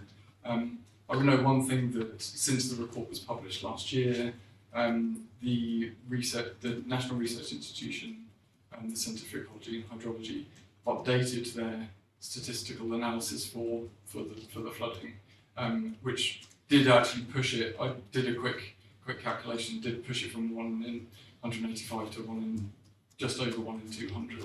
Okay. But it's similar order of magnitude in terms of extremity. And that's our estimate, which was separate from the Thames Water, separate from the London Flood Review, came up with similar estimates of the magnitude. Sorry. But I would say that there's a very stark difference across the borough. So the 1 in 185 is in one specific place around Notting Hill, and it varies a lot as you move around. Yeah. Okay. Well, I suppose that the point is where we've done studies, and it's beneficial to residents to do everything we can to publicise that, make it available both to insurers and to any other sort of data collation organisations which they might use in their models. Yeah. Okay. Fantastic. Well, thank you very much, everyone who joined us for that item. I know it's a very, very important item to a lot of residents. To all residents who joined us this evening, and to our three guests from Thames Water. Thank you for making time to join us this evening. Right, we now move on to. Does any member of the committee need? Oh, sorry, you're no longer with us. Does any other member of the committee need a short break before we proceed? We'll just take a short break and reconvene at 5:15. Yes, we have. Yeah. One of them like that, maybe. The insurance companies have something. The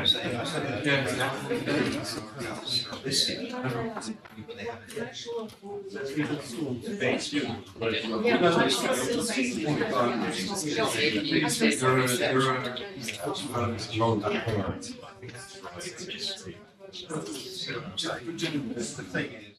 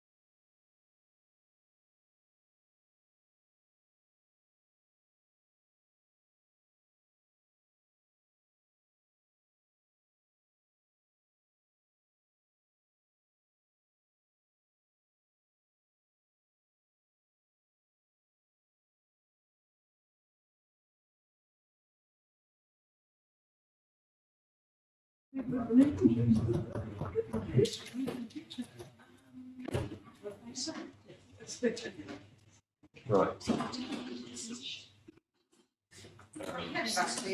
Yeah. So. Okay. So is the live stream started again? Great. So live stream is once again live. So we now move on to item A6, overview of waste, recycling and street enforcement services. Over to you. Okay. Well, thank you, Chair. Obviously, the report here really presents some facts and figures of some of the actions we've taken over the last year. Personally, I think it's been a really productive year, although admittedly I would say that because it's been pushing quite a lot of this. However, it has also been in response to a lot of the requests from this committee and from councillors across party and across the borough.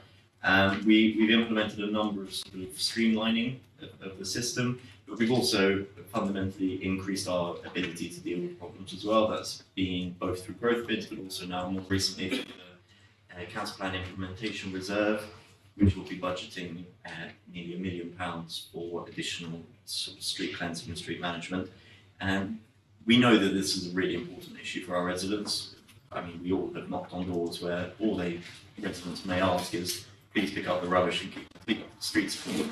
And I believe KNC has sort of prided itself on maintaining that high standard. But we have acknowledged that over the last few years there's been a change in the retail environment, a large number more of fast food restaurants and indeed hospitality more broadly. That's led to more staining on our pavements, more rubbish being placed for collection and being placed at slightly different times as well. So it's right that we continue to adapt. I thank officers for sort of dealing with this change and operating within the budget envelopes that we have to work to, but also coming up with some sort of innovative ways to deal with that. So there's obviously mention of the buggies and the electric systems that we're now putting in, especially for the electric buggies. But that's really it. I think we're going to continue to crack down on graffiti, flag posting, additional jet washing of our pavements, whilst also protecting the twice weekly bin service that our residents value so highly. Colleagues, who would like to open with questions? Yes, Councillor. You said Councillor Kamali and Goswami, and you promised that you're gonna look into our streets because the house for a couple of years haven't been washed. And also Nottingham Carnival is coming like around the corner, and still some graffitis from last year they haven't been removed. And going on a really suffering is people complain a lot and businesses from graffiti. And again, the rubbish and lead collection is not like before, especially in some areas like Adair Tower and these corners. So I really would like to see improvement and not just promises. Well, I mean, on the first point, I believe that the figures here present that there is indeed improvement. So I was looking just now, March this year, they dealt with 480 pieces of graffiti, whereas March, April the year before. Yes, it's not broken down by ward, but yeah. They are going around the whole borough. So April of the year before was only 200 pieces of graffiti, and that's more than double the amount of work that they've been doing. So in which area? Well, it's borough-wide. So we're talking about North Kensington. Yes. I told you, just I mentioned that since the last carnival, yeah. And now we just, I think, 2 months away from the carnival, yeah. Is still the graffiti there? Yes, so there's a number of areas that we're not able to remove from. There are private premises, there are commercial premises. Officers have been working on how we can engage with businesses through a sort of a fee-based service to actually remove it for them. But for a charge, and we've also, I believe, started dealing with CPN routes on other landowners such as DFL. Recently, you'll have seen actually the bridge in Golborne has all been fully graffiti been removed and repainted, but there was an awful lot of graffiti to start with. So we were reacting to the amount of graffiti that existed, but I admit we have not been able to remove every single piece that's been there, at least a year. But what we have put in is now a quadrupling of the capacity. So where before we had one person patrolling the borough trying to deal with it, and not quite managing to keep up with it. We will now have 4 people for this carnival, and they will be going on ward blitzes around the borough, removing everything that they see, and bringing us back to that sort of clean base. And then from that clean base, we'll be able to allocate our resource depending on where problems arise. Obviously, we know carnival is one of those problems. Biggest issue we've really got is the health and safety of removing graffiti above the ground floor. We have to deal with scaffolding and pickers and getting the building owner to actually rectify that. So that's, whilst we dealt this year on our own red tape, which meant we were able now to just remove the paint, this year's work will focus on how we can get quicker to the building owner so that they remove it themselves, or at least provide us the facility to do so. But yes, I do take the point, there is more to be done. And can we force building owners to remove it, or can we only ask them? Yes, we can force. So there's a community protection notice under the Policing, Antisocial Behaviour, Crime and Policing Act. The process is quite convoluted, so we have to start with a warning letter. We give them a period of time that is fair for them to get the graffiti removed. Then, if that graffiti is not removed, we then have to go to the formal notice. The formal notice, again, will have to give a period of time for the graffiti to be removed. Then we can go down the route of issuing a fixed penalty notice and/or prosecution. We can also conduct the work ourselves and then recharge it back to the property owner. Problem is that if it's above first floor level, we do not clear. We don't have the ability to do so.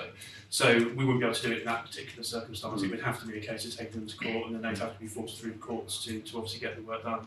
It actually is the liability of a property owner to remove graffiti. We offer a complimentary service to all domestic property, where we can obviously reach that graffiti from ground floor level. When it comes to businesses, we at the moment will do a complimentary service, but as was mentioned, we are looking at a chargeable service to businesses, and we will work hand in hand with the, it will be a sort of carrot and stick approach. So we will offer them the opportunity to use us or use someone else. They can do that. They can do so. You know, we're not saying we're the only people they can use, but if they don't do that, then we will use the CPN approach to also get that graffiti removed. Carnival is obviously a particular flashpoint for graffiti, and we are going to obviously see huge amounts of this again. As we say, the amount of resource we're bringing in is going to see the graffiti resource quadruple, as was mentioned. So this time last year, we had 1 crew. We're going to have 4 very soon at the beginning of July. And one of those crews is going to be based in the north area, in the market area and all the surrounding streets. So they will be there working on the basis of painting the 4th bridge scenario, where they will just keep on going and keep on going. More graffiti has been removed from the north of the borough than the south in the last year, quite substantially more. But the problem is that there is a lot more graffiti in the north of the borough, so it's always going to look like there is a certain amount of graffiti in the north, no matter how much we throw at it. But we will keep on, obviously, ratcheting up the work to try and get that done. So do we have, when Councillor Adam, for example, reports some graffiti and say, okay, this is a business, do we have a sort of letter ready to go that we can send out very low cost, just say, here's carrot and the stick, you can use us for a small charge, but if you don't do anything about it, we will prosecute. Yeah, so we have to go through a process to establish the person that is responsible. So we do land registry searches, we find out who is responsible for that property. Now it might be, and we find this a lot in this borough, that the actual property owner isn't even based in this country. So then we have to do some more research to find out who the management agent is, or whoever it is that's responsible for the everyday maintenance of that property. Then we will send the letter to them. But if we have, sorry to interrupt, if we have the address, can't we just send the letter to that address as a starting point? But you know, I know we can't then to follow through with the prosecution you would need to establish, but just to get things moving and get things happening. Well, I mean, we do sometimes door knock as well to try and get the details. We can just send a letter. The problem is, like I say, that it's not as simple as just sending. A lot of letters just don't even get looked at unless they're addressed to the specific person. Now, it could also be that the person you need to write to isn't based at the address, so you're writing to an office that is based somewhere else. I mean, there was a case that I can remember where the office was actually based up in Hendon, where the person who was responsible for the property. So it's not always as simple as just writing to the address, but we will look at ways to try and expedite the process so that it can be done in a more time. So yeah, if you could look in to it's helpful. Sorry, yeah, one more from Councillor and then Councillor Rose. This one. During last year Carnival, also the businesses came and made many complaints because even they took pictures, photo about their properties or their stores before the Carnival, and they proved that they haven't done the graffiti, and that graffiti happened during the Carnival.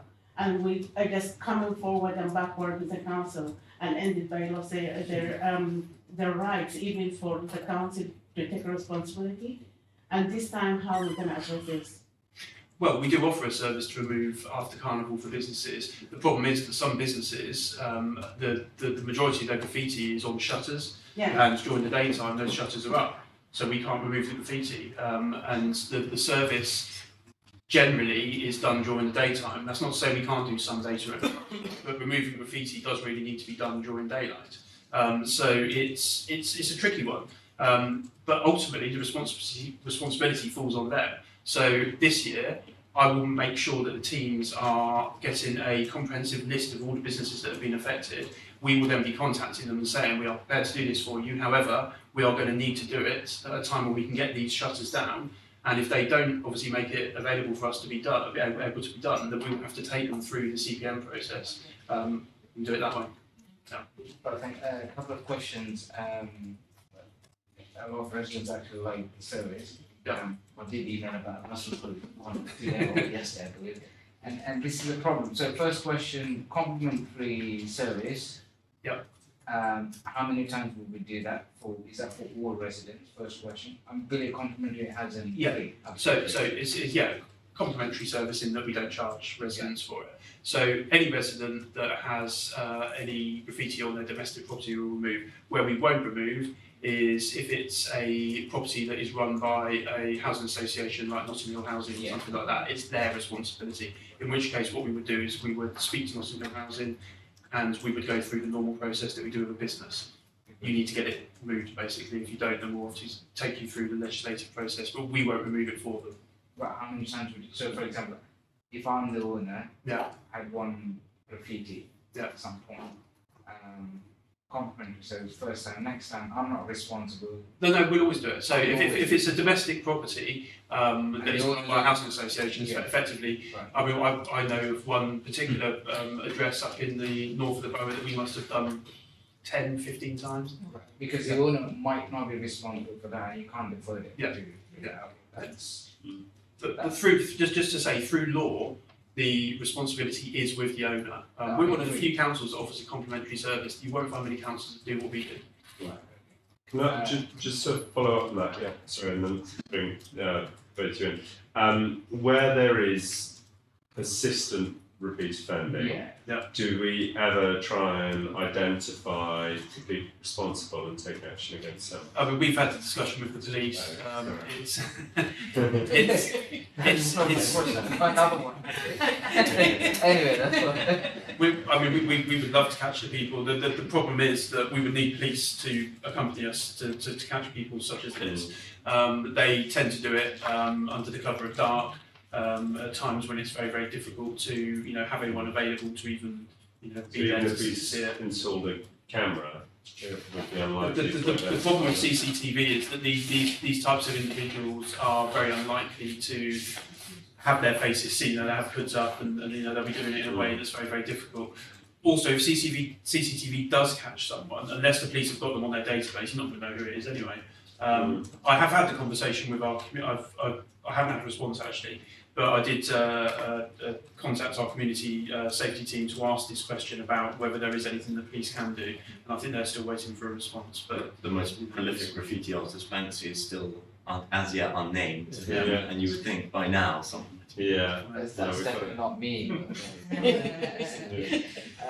No, he said it. Question, I was just looking at the appendix. I don't know if anyone wants to look at it. So we've got scales of graffiti, one quite thick and I don't know, I'm not really graffiti artist or banked as And we've got the smaller ones. Yeah. It's a great service, but we also have to look at our finances. Find big ones, you arrange whether it's one person or a machine that comes in. Or very minor ones, minute ones, but more repetition or more repeat ones. Yeah. It would incur a lot of cost because not just the management time, but bringing in. Are we coming back? So are we prolonging this service as long as we have the money? First question. Second question, we come up with a solution where we could send, I don't know, the homeowner something that where you can paint it or whatever. I was just thinking. I mean, obviously the small ones obviously will incur more cost. The very small and the value, I don't know. Well, the value is the cost of the crew per year, so they will get as much done as they can. But there is a cost. There's a time cost. So when we do get to a point where we look to start charging businesses, for example, it's based on the amount of time it takes. So there's a sliding scale. And what will happen is we will go and quote first. So we will say to them, look, this job is going to take up to an hour, or it's going to take 3 hours, and depending on the amount of time, will affect the cost. And then we will obviously provide them with that quotation. It's up to them if they want to use us. They can obviously go to private companies and get quotes as well. In terms of how long we will provide, yes, of course, finances is always a problem for councils. That's not my decision. That's obviously for you guys to make, in terms of what priorities are and, what residents want to have done. But I would suggest that in terms of the value for money, I think graffiti removal and things like street washing are some of the best value for money services that you can get because you get instant return on the service that you deliver. I think that if you compare us to other inner London boroughs, we have some of the best standards, and that's because we focus on these things. So you get what you pay for.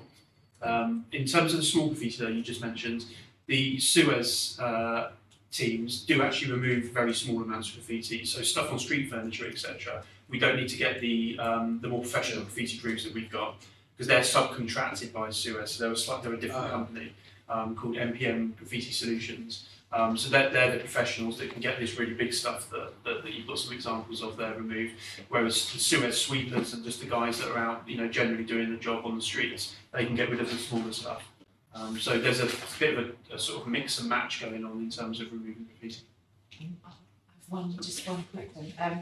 So you can sometimes they're jet wash, sometimes they're paint. Obviously, it depends on the. Sometimes chemical. Yeah, but do you always try and aim to do sort of jet wash or sort of chemical before doing painting because the painting can look a bit. It depends. It depends on. It's down. The crews are the experts. They assess what is the best option for removal. And they definitely do that. They don't just think, "Oh, paint." No. They will try. They will try and get. I mean, on stonework. Yeah. It obviously can't be painted. So it comes down to what's likely to be the least damaging. So jet washing could damage grouting, for example. So you've got to make sure that you're doing the right technique. But then chemicals can also score the surface. So again, we have to be careful. That is something we do have a slight liability issue with. We have been taken to court many years ago, which is why we used to have a process where before we removed from any property, we would get written consent. But it was taken so long that we took the opinion that actually this is a really great service. The majority of residents want the graffiti gone from their properties. So why don't we just turn up, get it done, and on the odd occasion that it might upset someone, then we'll just take that hit. Yeah. With the painted situation, it's the least problematic because if someone complains that we've got the wrong shade, we'll just say to them, okay, well you source the paint, give it to us, and we'll go back and redo it. Yeah, that's a very good point. Now, there's and I should add that actually the figures for RBKC compared to the anonymous other inner London boroughs, assuming they are reasonably comparable, show what a great job your team are doing. So that is very much appreciated and acknowledged by the committee. The resident mentioned to me, and I said I'd ask this question, in where fences are being graffitied regularly, could we look at sort of more creative solutions like growing a hedge up behind it so you can't, it's very hard to graffiti? I know that in the market, we have looked at some locations where we could potentially install some planters. So yes, I mean it's something we can look at. We have the ability. It's not within my particular area, but I work closely with the teams that do. So yes, I mean if you've got any areas that you think would make a good option for that, then by all means let me know and I can speak to my colleagues and we can see what can be done. Yeah, no, I will go back to the resident question and ask which fences in particular should get in mind. Yes. Sorry, yes, as Matt Norris is only too well aware, we have a real and persistent problem in the Portobello Road with both graffiti and dumping of rubbish. The graffiti sometimes reappears within days. And I'm not sure whether you're using this lovely washable anti-graffiti coating yet, but it has been suggested that it might be worth paying for a warden. Now, I'm not sure what exactly the warden would do, or how they would help, because this, as you say, this happens 24 hours and a lot of at night. But is this something you've thought about, for it to be paid through, for instance, neighbourhood SIL money? I mean, we have a warden's team. They don't work through the whole night though. So I mean, in terms of having someone that can patrol, but again, the problem you're going to find is that trying to accost someone that is doing this, they wouldn't have the powers to do so. So they wouldn't have the powers to even get the name and address of that person. The likelihood is that the person that's doing it is probably going to be quite unpleasant, in which case you're going to need the police there to stop any breach of the peace. So really it's going to require the police to be able to patrol. Unfortunately, we know that they're exceptionally busy with so many different aspects of law and order that I don't know how high up the sort of priority list it's going to be. Yes, yeah. So I have raised the question with my colleagues in community safety, so I will chase that up again and see if that's something that we can, even if it's just a one-off patrol, to try and at least see if we can catch someone doing it. It's a very difficult thing to solve in that respect. Councillor Burns, Councillor Rossi. Okay. Yeah, I think my question is not graffiti. I think we covered enough. It's the dumping of rubbish. Okay. And I'm not referring particular area. I mean, we worked closely. Thank you, Kamali, for. And I think community safety. We had a particular area in Acklam Road, Goulburn Road, where it became massive. And now they installed, I think, back in early February, a camera. And after reported back, there will be no rubbish since then. It become they really stop everything. But in general, not but in Goulburn, in general, the whole borough. I mean, if somebody intentionally is dumping rubbish, I know sometimes it's hard to track it. I mean, how do we deal with it? Because sometimes they say it's a council-owned building next to house association. And cleaning service is very good. They come on the day of collection, they collect it, but they got a job specification where they collect it from designated, the areas. But if somebody's putting next to it furniture, then it's not their job. So how do you deal with that? They're working with not council building owners, the housing association, private landlords. So, I mean, I know the Acklam Road area that you mentioned. I went on a walkabout with a colleague from the housing management team the other day to have a look around some of the estates and sort of give them some sort of advice on how they can tackle some of these things.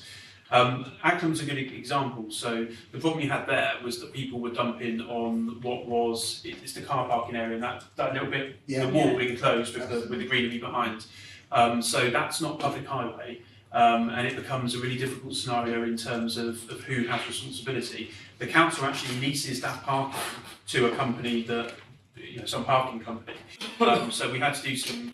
We did clear it. Obviously, we did it because we wanted to be helpful, but it wasn't really our responsibility. It was the responsibility of that parking company because they are taking out the lease from the council, and that land becomes their responsibility. But we appreciate that we need to work together to solve that. With regards to people who are dumping out, we've got a number of different techniques that we can use. The majority of it is communication. We offer a bulky waste service, so people putting furniture out shouldn't need to do that. They should be able to use the bulky waste service. If you're in receipt of either housing benefit or council tax benefit, you get that free of charge. So there's no charge to get that done.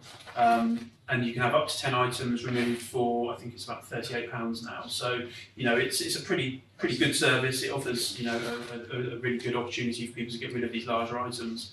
But in terms of how we can identify where it's coming from, it can be very difficult if it's big bulky items because there's no way to really link it unless we have a witness who's obviously in there prepared to testify should it go to court. Where people put bags out at the wrong time is a slightly different scenario.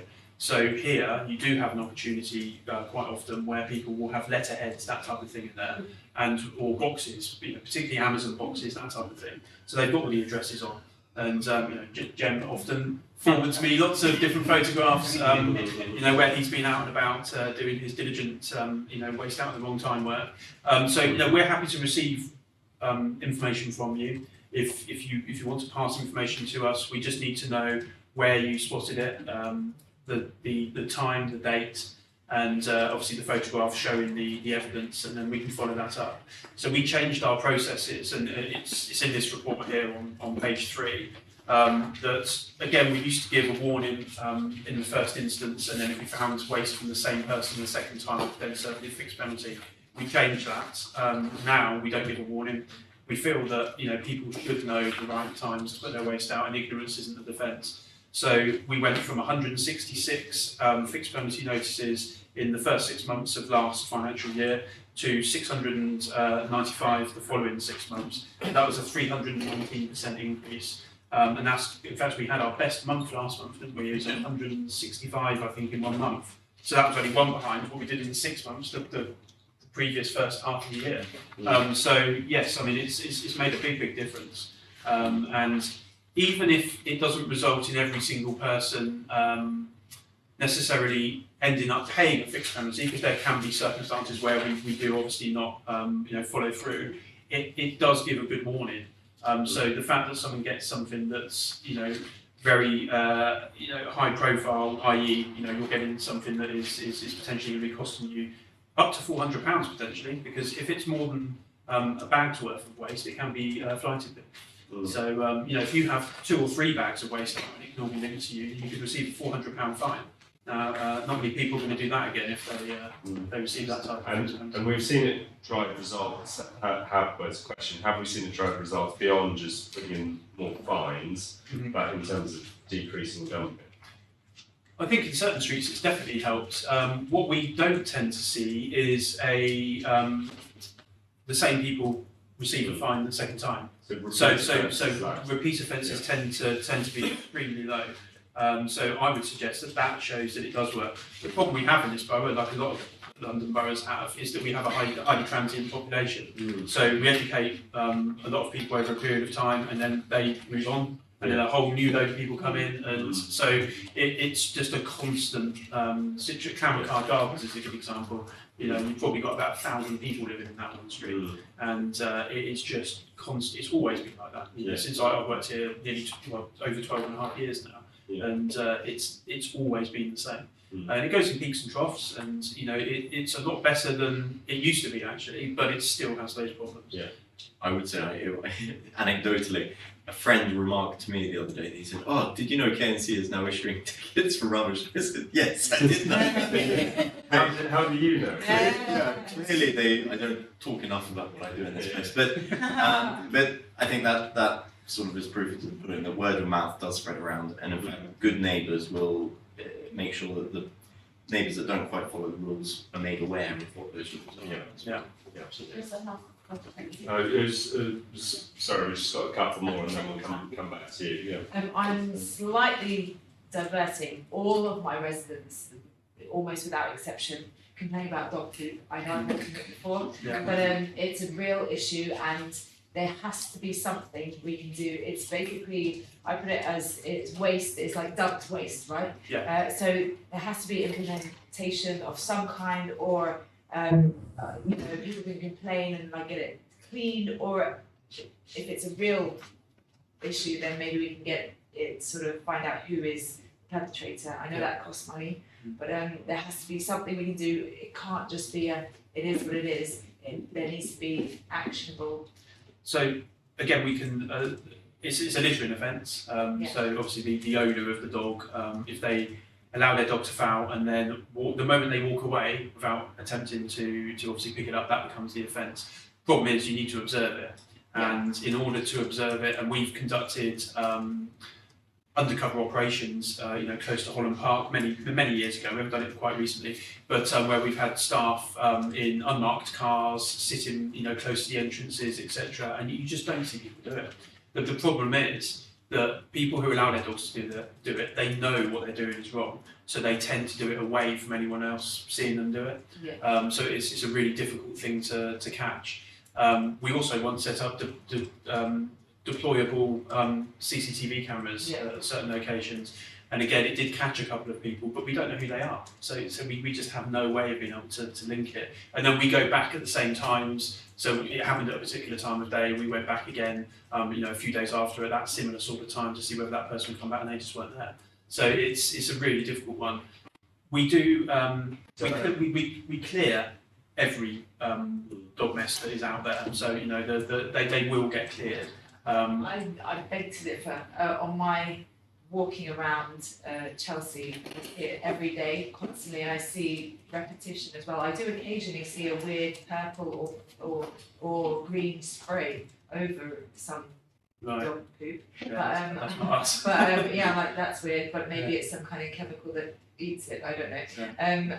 But it's constant, and everyone I speak to is like, no, it's every day. Well, we can have more litter bins put up in locations where there is a problem, because a lot of the issue isn't just the freshly laid dog fouling. It's wrapped in a bag but then just dumped on the floor as well, which is obviously a problem. So if you've got particular locations, by all means email the details to me and I'll see if we can get that. Around every street in Chelsea, every single street. But it does get cleared, because obviously every single street has got its beat sweeper, and the sweepers will clear and they do it every day. Well, it depends where you live. So we zone our streets. So somewhere like Kent High Street is a Z zone, which means it is essentially swept 24 hours a day. But the quieter the footfall is, the less the frequency is. So on a depends quiet where you are. street, a quiet. Well, on a quiet street, every street gets swept at least once a week, and then what they'll also have is litter picking that takes place, but not a complete sweep. So you have zone 1 and 2. Zone 1 is a higher footfall residential area that might have Praded shops, that type of thing. And then your zone 2 is your really quiet new streets where you would literally get no one walking other than the people who live there. And the postman. Just to pursue that slightly further, if we had, well, depends how much you want to get into public shaming, but you could put, if you don't know who the person is, you could put a photo of them up on a lamppost and say this person. We couldn't do that. From a GDPR perspective, we wouldn't be able to do that. The only time we could ever actually on Crime Stoppers, they show people's faces. But why is that not to GDPR? It's just not something that we would be able to do, because we would need to be able to take them through a legal process to determine that they are actually guilty of an offence before you can do that. This person, please contact us so we can. Well, it's just an idea. And then the other one was, if we did do a couple more patrols like the one you talked about on the park, we could then at least put up signs to say, we have got signs. Patrols are going on in this area, and we have identified culprits recently, it might make people think twice. Yeah, I mean, we can look at some more patrols. We have got no anti-dog fouling signage anyway, So again, if you've got areas that are particularly affected, we can get that up. And more of the litter bins. The column mounted ones tend to be very good for that type of thing.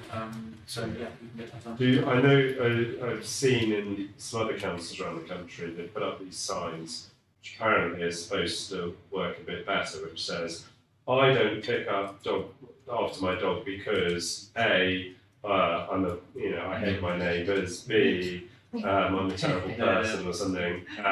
Apparently, the article. So there's some sort of psychological, work that's going on there. Yeah. There was an article in the BBC. They say that they work better. I don't know. Is that something to look into? We used to have some signs that had some sort of humour associated with them back in the day. Our signs are much more factual now, but I'm happy to look at options. We can see what else is out there. Is there one more thing, and then we can move on? Is there any point that you would actually sample and DNA and then find the person?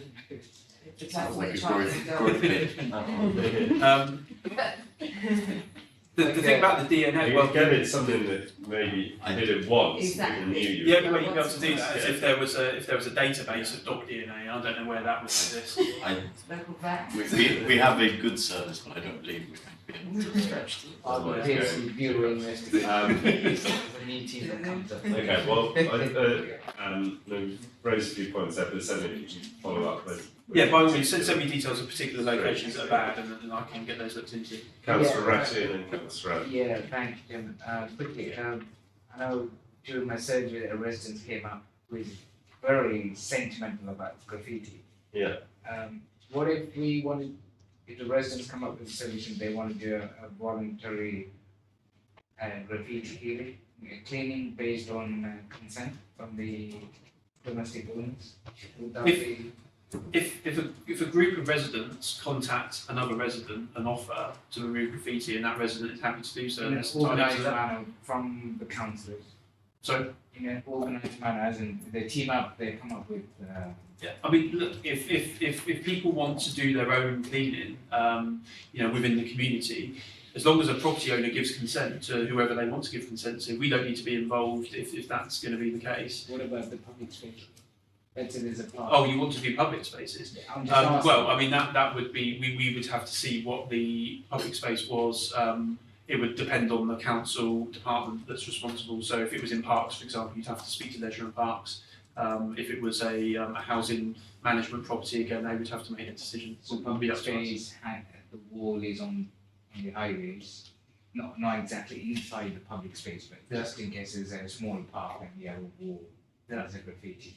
Well, then it would depend on which council department is Well, if responsible. it's owned by the council, that's Again, it's the department, the council. So, like I said, if it's leisure and parks, they would have to make a decision. If it's housing, they would make a decision. If it's on highways, if it's a wall that, for whatever reason, is part of the highway, then it would be down to our highways department to make that I decision. think just make sure to use the reported form, and then the team will figure out who needs to deal with it. So you can send it, via the report it form, and it will find its way to the right council department.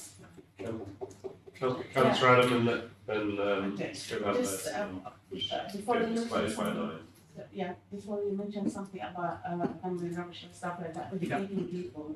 So what message do you use if we can have some leaflets during our surgeries, or if we hosting there's an event about the environment, how to keep it cleaner and tidier. So if you have any tools that we can use it as a councillors, just without consulting. Yeah, I mean, we've developed a very a bespoke leaflet for the market recently, because the market is the most difficult place when it comes to waste, because not only have you got domestic waste, but you've got obviously a lot of businesses, but then you've got the traders' waste as well, and you've got a volume of people that you don't really see in many other parts of the borough. So it's a very difficult area to manage from that perspective. I'm happy for that leaflet to be forwarded on to you if you want those details. Yeah, that's fine. Do you want to email me any of your concerns, and then I'll have that and I can get that over to you. Just very briefly, and one of the chief problems it seems to be getting the utilities to clean up their stuff, TfL and the others of telephone boxes. Are you making any progress on getting them to do this quickly? Yeah, so we've with the telephone boxes we just do it because it's just BT is you know, they're impossible to deal with, which is funny considering they're a communication company, but there you go. The TfL is problematic. We have a notice on TfL at 19 different locations around the borough, and they have been out and done some of those. But that's going to be an ongoing basis with them. The same with Network Rail, and we appreciate that some of the worst graffiti areas actually do fall under those particular organisations. So we will continue to press them to obviously get that done. But the problem we're going to find is that they are never going to come down and clean on the sort of scale that we need them to. So I'll give you a good example, West Cromwell Road Bridge, which takes you over into Hammersmith. That's quite a long bridge and it constantly gets graffitied. And we recently served the notice and they got that done, but within 48 hours, it was almost back to how it was. I mean, it just, the people that graffiti there are just so prolific, it's just unbelievable. And there's obviously a tremendous temptation to do graffiti on bridges as it gets there. But is there one solution to paint the bridge with some sort of design or whatever? Well, I remember in off Bush Green, they did a picture of a train on the underground bridge there. Unfortunately, I mean, Goulburn Bridge has just been repainted. It took the best part of a week, I think, for the team to do that. And within days, it was graffitied again, and we've gone and removed the graffiti. That's had a coating. That's had the coating put on it. Did it work? It does make it easier, but it won't always. It depends on the type of spray paint that they use. Unfortunately, you can get some that are much more damaging than others. But fortunately, we were able to get rid of this particular graffiti. But what that shows is that you can make a beautiful design with a mural and have it looking really wonderful. It won't stop these people. They're mindless vandals. So they're not going to care whether. In fact, it might even encourage them to graffiti more because they can damage something and make it difficult. Yeah. Mm. So unfortunately, I don't think it necessarily would make a difference in terms of stopping it. Okay, well, Mr. Lawrence, thank you very much for that report, which is very interesting and provokes a lot of lively debate. But I said I'd stop the meeting before 9. We've got a minute left, so yeah, thanks. Yes. Sorry, got a couple. Yeah, work programme. Always forget about the work programme. Right. So A7 work programme report. Does anyone have any comments on that? It's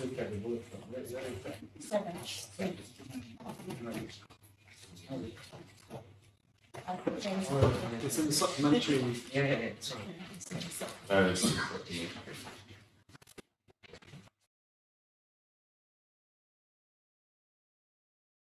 Yeah.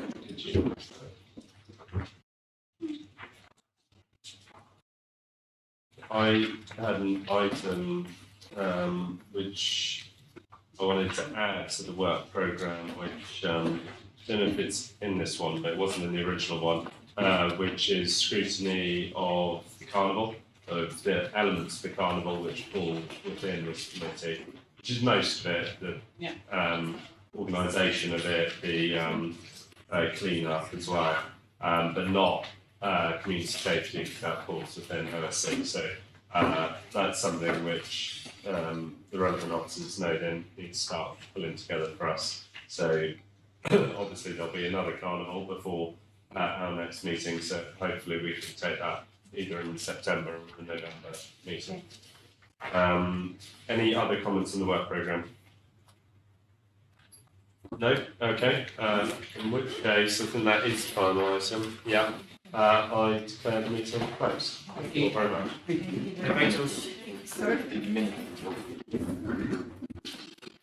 you.